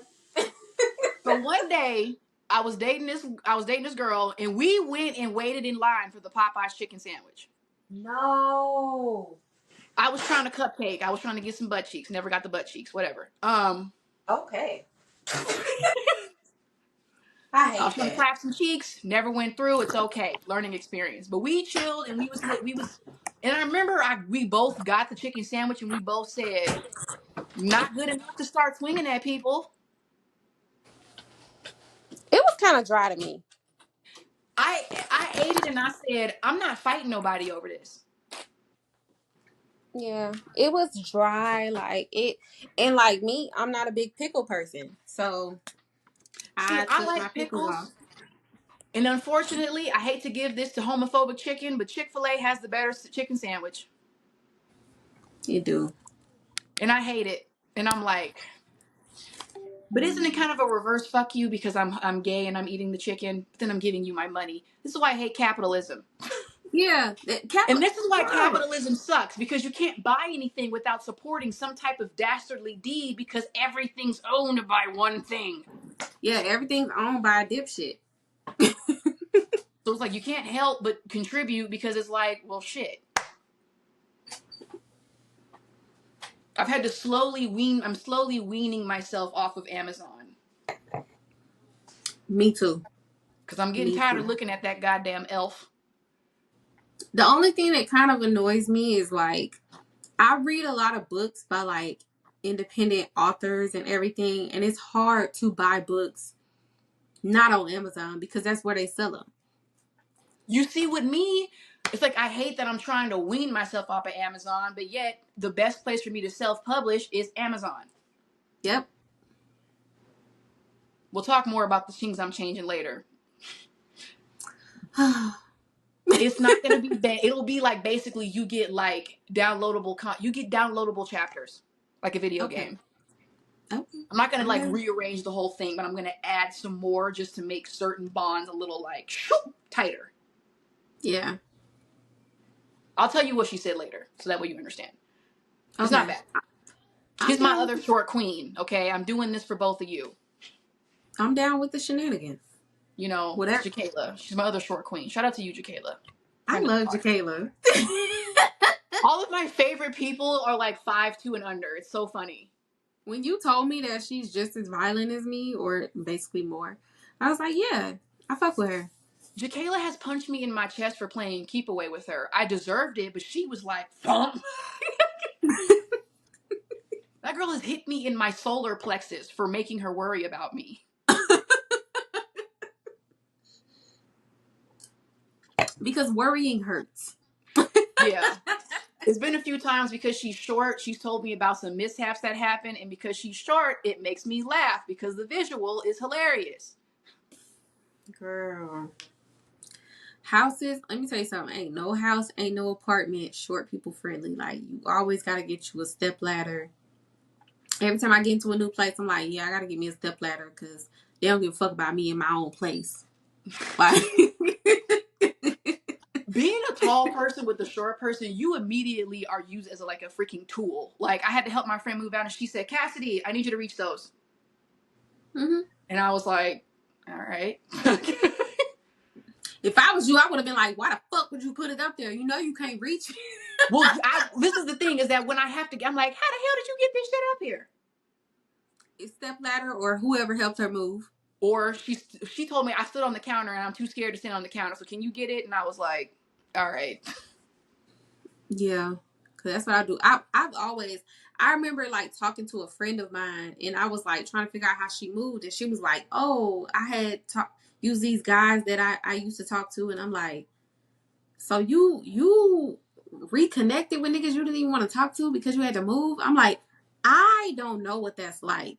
I got my dad, I got cousins, I got whatever. But then I realized I'm like, I must do have a luxury because everybody does not have that, And in it's order to expensive to help pay them for move. movers. Yeah, exactly. So I'm like, damn, It's I not didn't cheap to know pay for that a mover. like I was living in a lap of luxury having men who give a fuck about me help me move.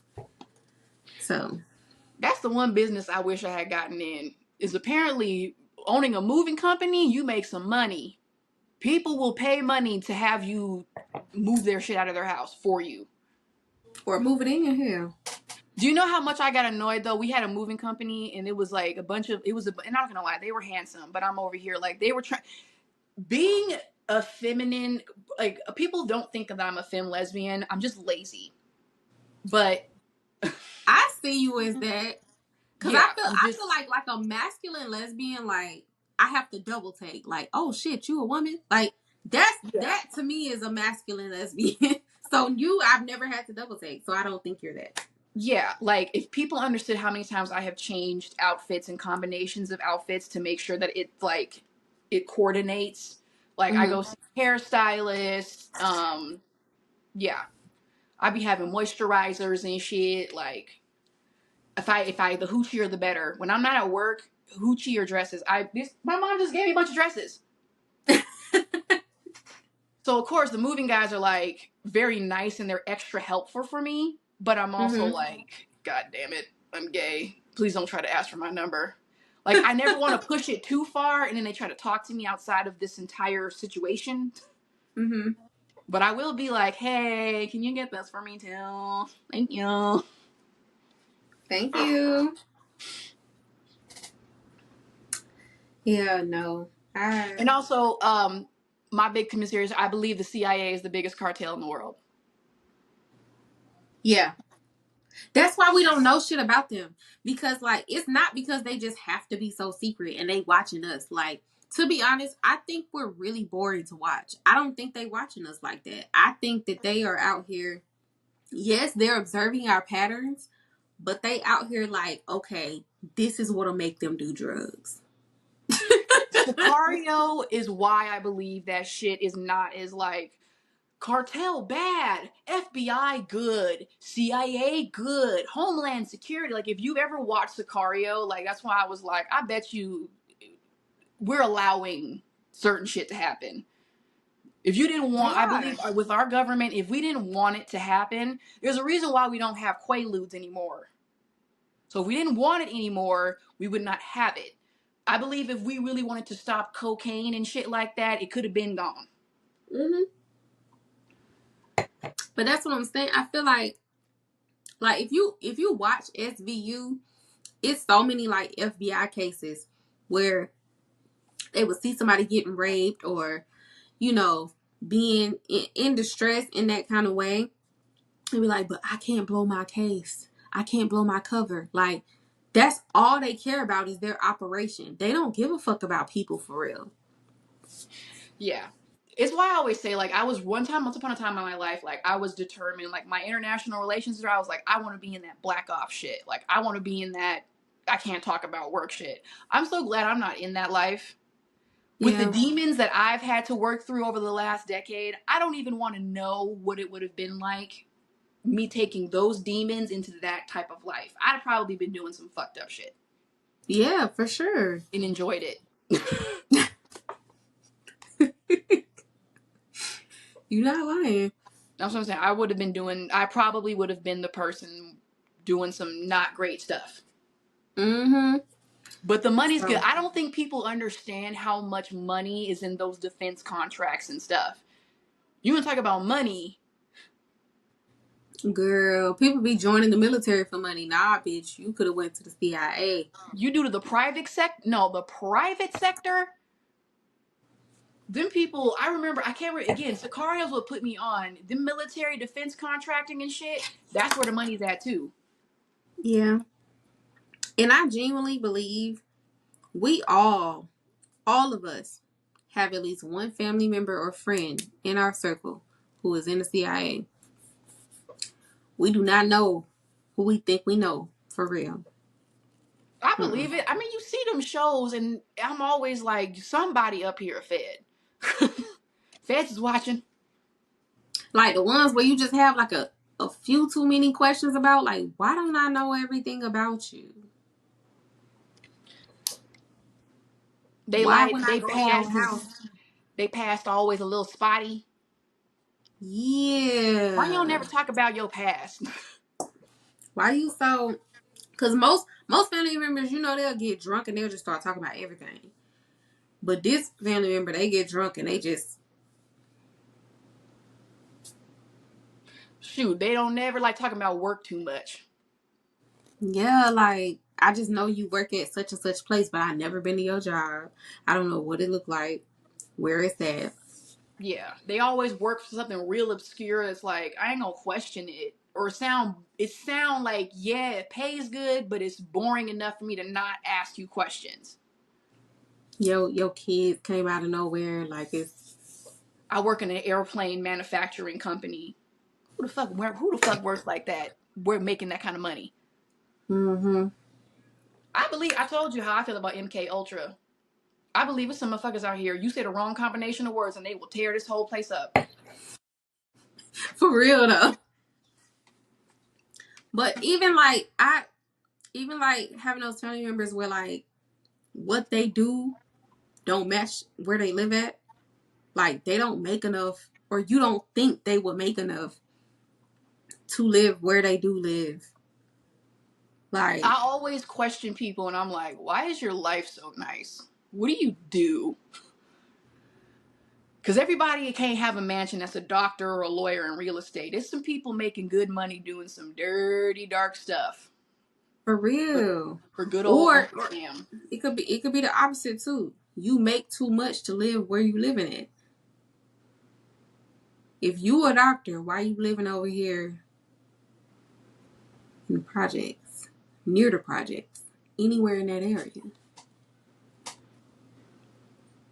You ain't got that many student loans. Somebody lying.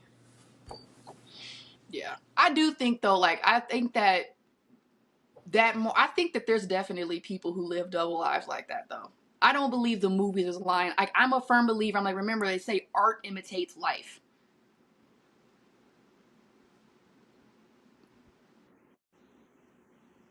I mean, And because of that, that's why I'm like, I'm sure there are people out here who are freaking spies and we don't even know.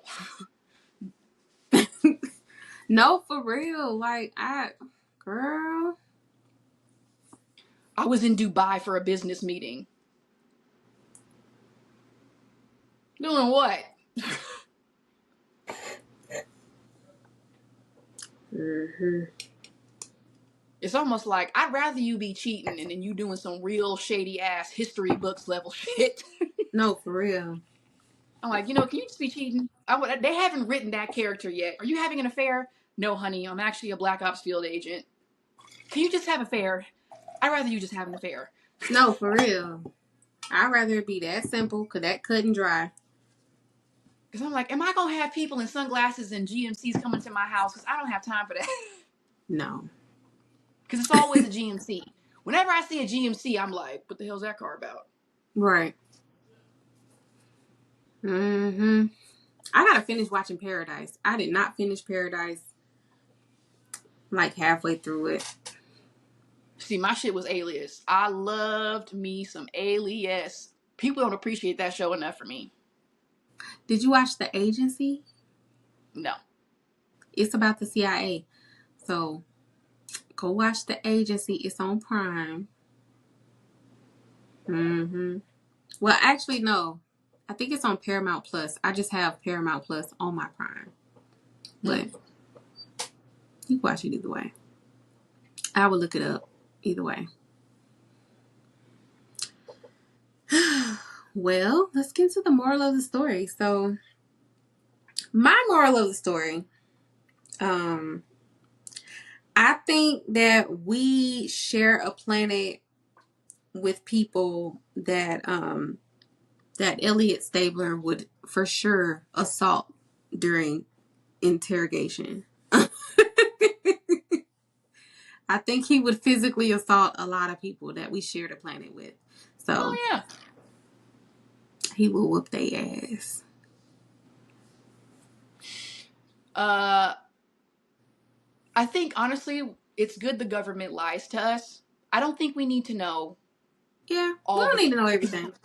You know what I'm saying? I'm like, I think there's a reason why when you're the president, your hair goes white after 4 years. I'm sure those people get exposed to shit that... I'm sorry, I don't want to know what Barack Obama found out during his 8 years. Like, as the president, that's why I can't be the president, because I would be looking at declassified shit like, I know you motherfucking lying. Poor Barack. So I just believe that when you are the president of the United States, I believe you are privy to information that, honestly, we don't need to know. I think it's good. I think that people get upset about it, but I'm like, I think if we knew the real truths of maybe how close we get to destruction or whatever every day, we would be more stressed out than we already are. It's hard enough just trying to pay the bills on time. We don't need to be worried about the fact that the government staved off an invasion today. I ain't gonna lie, it would be kind of a cool conversation, especially on the news. Like, so today we waved off another nuclear bomb, and I'd be like, what the hell? Who's firing whoever keep doing that needs to go. That would definitely change voting. I think if we did know, okay, stop voting for him. You keep on trying to kill us all. that'll definitely influence the vote. He keep bringing bombs our way. We don't like him. Who tried to launch a nuke today? Don't vote for him no more. That's just giving unstable. It's giving unstable. So that's why I don't know. I ain't gonna say I wouldn't mind knowing. I'm not gonna say that. I'm just saying if we did know, it'll probably be normalized to us. I don't know. I mean, Pete Hegseth drunk texting military plans is comedy enough. So, because I'm like, and that, folks, is why you don't hire an alcoholic for your Secretary of Defense as a person who went through alcoholism. That's why you don't do that. Yeah, but Barack, I definitely feel like Barack, but you know what? I will say Barack wanted it. Barack wanted that presidency with his whole heart and soul. So while I do be like, damn, I hope they ain't stress him out too much, but I know they did. At the same time, he asked for it. Whereas, like, a lot of people, we be looking at them like, oh, maybe they should run for president. Stop pressuring people into running for president. Okay? It's a lot. I don't think you understand the amount of stuff you get to know when you're the president. Like, and we don't want to know it. There are people in jobs that get to know things. Like, there's a reason why Edward Snowden said it's a lot more fucked up than you think it is. Like, the fact that we can shut down people's power, like water resources, through a computer thousands of miles away. That's what I'm saying. You all don't like the darkness in the world is a lot less mystical than you think. It's more raw and in your face. Yeah. Like, I'll just turn your water off for the whole country. That's why I'm like, we share the planet with some miscreants. Like, if I were the Lord, I'd never want to take credit for making that nigga. I don't know. Like, God made you? Shit. The same God that made me made you. The same God that made me. He must have been getting lazy that day. He was in the create a character stats and said, let's just fuck around with the stats. Yeah, like he just wasn't feeling it that day. I don't know. Like, we'll make this one a fun one. Let's see what happens when this person gets down there. Like, I want to know what was going on. Like, Hitler went down, was just like, you are going to be one little firecracker. That motherfucker. But I think about that with everybody though. I be like Bundy. Like, how does somebody like Bundy come about? That's why people are so obsessed with serial killers, because it's like, you just decided to not follow the rules at all. Yeah. I don't have the patience. I don't know what to do. So I just stopped giving a damn. But yeah, we share the planet with some bullshit. I'll tell you that. Okay. Let's get into shot o'clock / choke time. Since it is Pride Month, I want to say cheers to the girls, the gays, and the theys. Boop.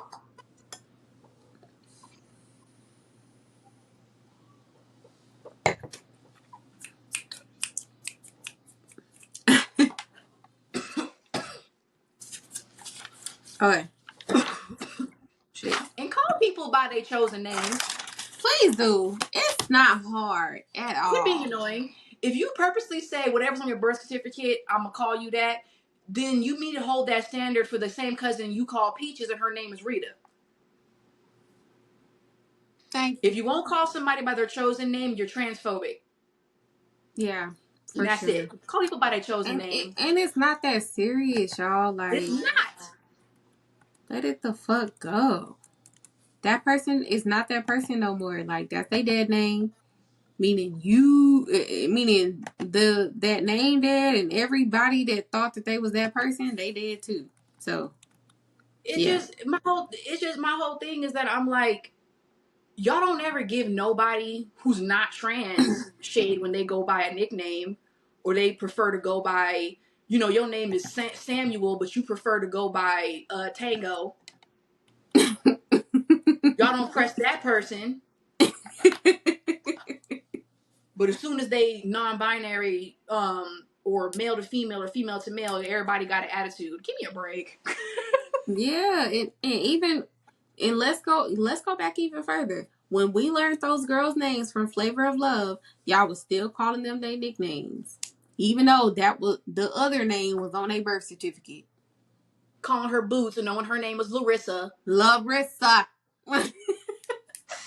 Calling her Bucky, her name is Shay. Hello.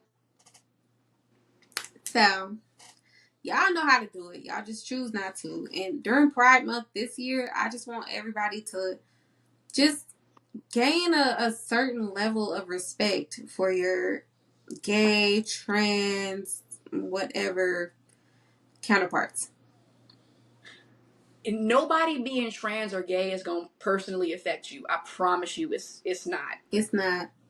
I am a cis woman, and not once has a trans woman ever done something to me to alter the course of my life, except maybe teach me something new. For real. It's so many cis women like first they be mad that you call them cis. And I'm like, do y'all realize that this is a chemistry concept? Like it's like literally like a dictionary term. Like y'all mad at words. it's a I'm not word cis, I'm that just comes regular. from science. Science says that if this, whatever the fuck is on the other side of this, that's trans. If they're on the same side, that's cis. So if you are born this, but you feel this, you're trans. If you're born this and also feel this, you're cis. It's chemistry. And that's why when people say, "What do you mean you're cis?" I'm like, they assigned female to me at birth, and I said, "Cool." Yeah. That's what cisgender is. Like, this is I coming said, from somebody who had to beg for a B and a C in chemistry. Like, I know this, and I'm okay with it. How are y'all so dense? if you want to know how stupid it is to be mad at being called cis, that would be like someone saying, "We are Homo sapiens," and you saying, "I'm not a fucking Homo sapien, I'm a human." It's the same shit, you dumbass. One's just the SAT version. What do I do? What do I do? I don't know what to do. This is why I said I'm tired of children who got left behind arguing with me. You should have stayed. I'm like, you are clearly a victim. I'm not talking. I'm like, clearly you are a casualty of George Bush. You need to sue him. Y'all, some of y'all need to have a class action lawsuit against George Bush because some of y'all are so stupid and wrong and loud and just But you need and wonder somebody why else to nobody lead it. likes you. It ain't because you're woke and you're telling the truth. It's because you're annoying. We don't just let's get to the fat of the root of the matter. A lot of y'all are annoying. Don't be annoying. Stop being annoying. During Pride Month, the goal is to not be annoying. And there's my That is the lesbian goal. soapbox for you. That is the goal. Please just don't be annoying. Like, Stop being annoying. if you don't do nothing else, just let people exist. That's all. And shut up. Just because you feel it don't mean you have to say it. I don't care that you don't like that I'm gay. Okay? I don't like your face. And yet we're still here. Now look at us, both upset. Like this, I don't like the way you dress, and here the fuck we are. I'm like, I don't like the fact that you're speaking to me. I don't like the fact that your shirt is polyester. I'm like, I hate that your breath is hot, and you chose the reason to take your hot ass breath to me and speak to me about why you don't like that I'm gay. So now we're all both having a bad day.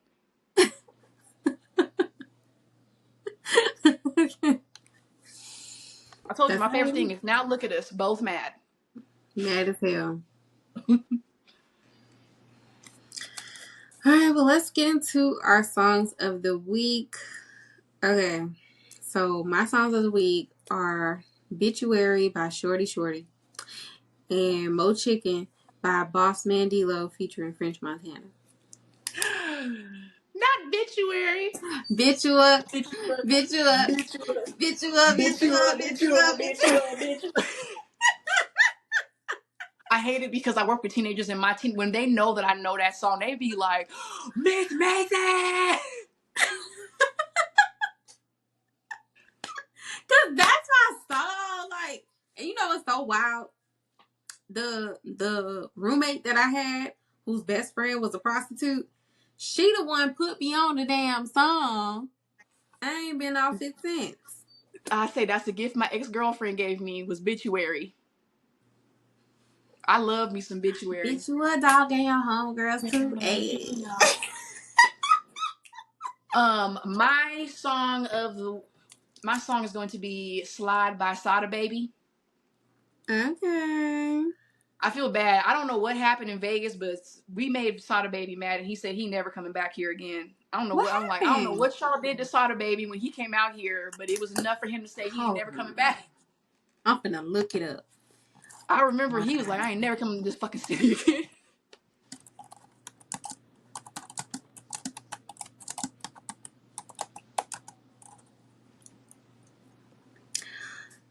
Oh, he said no. Okay, what the fuck that have to do with anything? Yeah, it's not giving no kind of info. I don't know what happened. I don't know what happened. I was on Twitter and I just remember he was like, he was not fucking with Vegas after he left. I think he had like a show or something. I guess it didn't go well. He said, I ain't never coming back here again. And I'm Where like, the what y'all fuck? do to Sada Baby? Where the fuck was the show? I was like, where was Sada Baby at? Because what's going on? I'm like, what Vegas venue accommodated Sada Baby? Because that'll explain a whole lot of issues with that. Yeah, cause I definitely would have fucked with him, but Vegas a little. Vegas, I ain't gonna lie, Vegas a little picky. Who they invite I'm going there? to say this. Cause if you gonna perform there and you trying to perform at the pool parties or you trying to perform anywhere on the strip, like it is a different kind of crowd. But it's a bunch of tourists and shit. So Yes. And this is what I'm going to say. Vegas, the strip especially, like, people will test your patience on the strip. People are weird. This is the same Vegas that Cardi B straight up bonked a girl, like, hurled a that was in microphone at the Vegas? girl. That was in Vegas. Bitch, I never knew. I That was at one of the pools. I'm pretty sure that was in Vegas. And I wasn't mad thought at it her. was When I out saw the what happened, I country somewhere. said, everybody was mad at her. I said, she shouldn't have thrown that shit in the first That's what place. I'm saying. Cause why is that a trend? Like people throwing shit on stage. I don't understand. You know what I'm going to say, though? People forget Cardi B used to be a straight up blood. She's a straight up blood. She a stripper. And from New York. Why are y'all playing with her? Don't play with her. She got the trifecta of don't do it. From New York. She a stripper and she blood. Boom. Why are you messing with her? Run away. Like, I'm always just like, why would you pick a fight with her? If anybody down, you know she gonna be down. If I got into a squabble, I would hope Cardi B was my friend because I know she would have my back. I know she would Yeah. be vaulting over me. Did y'all see her and Hennessy on that one Love and Hip Hop reunion? They popping No. everybody. All I remember is what was the reason? What was the reason? And she kept running up and hitting that girl, and Hennessy would run up after her. And then it was I love another that. girl too who said some other shit about them. And Hennessy ran up first, and Cardi ran up right after her. And they took them off of the stage for the rest of the reunion because they kept fighting. I'm sorry. She one of them people. I don't tolerate Cardi B slander. Yeah, I hate that. I love her. She's protected class for me. She is, and I don't give a fuck where I'm from. Fuck Upset. We stand for Cardi. I stand for Cardi. I don't give a fuck. We don't care about Upset. She's the stallions. The stallions ride for Cardi at dawn. The hotties ride for. I'm one of the hotties. I'm a Megan fan too. Girl, I'm a city girl. I'm a barb. I'm a hottie. All that shit. And I still ride for Cardi. I don't care.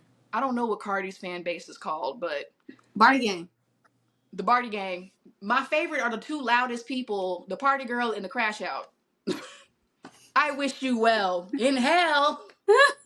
Burn in hell. Oh my god, I love Cardi B. Oh, I love Cardi B. I wish you well in hell. Burn in hell. Stupid. Oh my god. All right. So let's get into our quotes. So my quote is, when you don't know what is to come, you can create magic from your imagination. And that is from Big Empress Energy on Instagram. I'm gonna quote my mother because this is something I live by now, Dr. Beverly Givens, and it's don't focus on the people who didn't show up. Focus on the people who did. Yes. People be so worried about who didn't come. The people who are there are who matters. Love who loves you. Exactly. And don't worry about who ain't worried about you. Mm-hmm. And that's on period. And with that being said, that is the end of today's episode. So we love y'all. And we want y'all to drink y'all wine. We want y'all to smoke your weed and drink your water and read books and love each other and be kind. Okay? And did you have anything to add? You covered it. All right. Well, be kind and bye, y'all. Bye.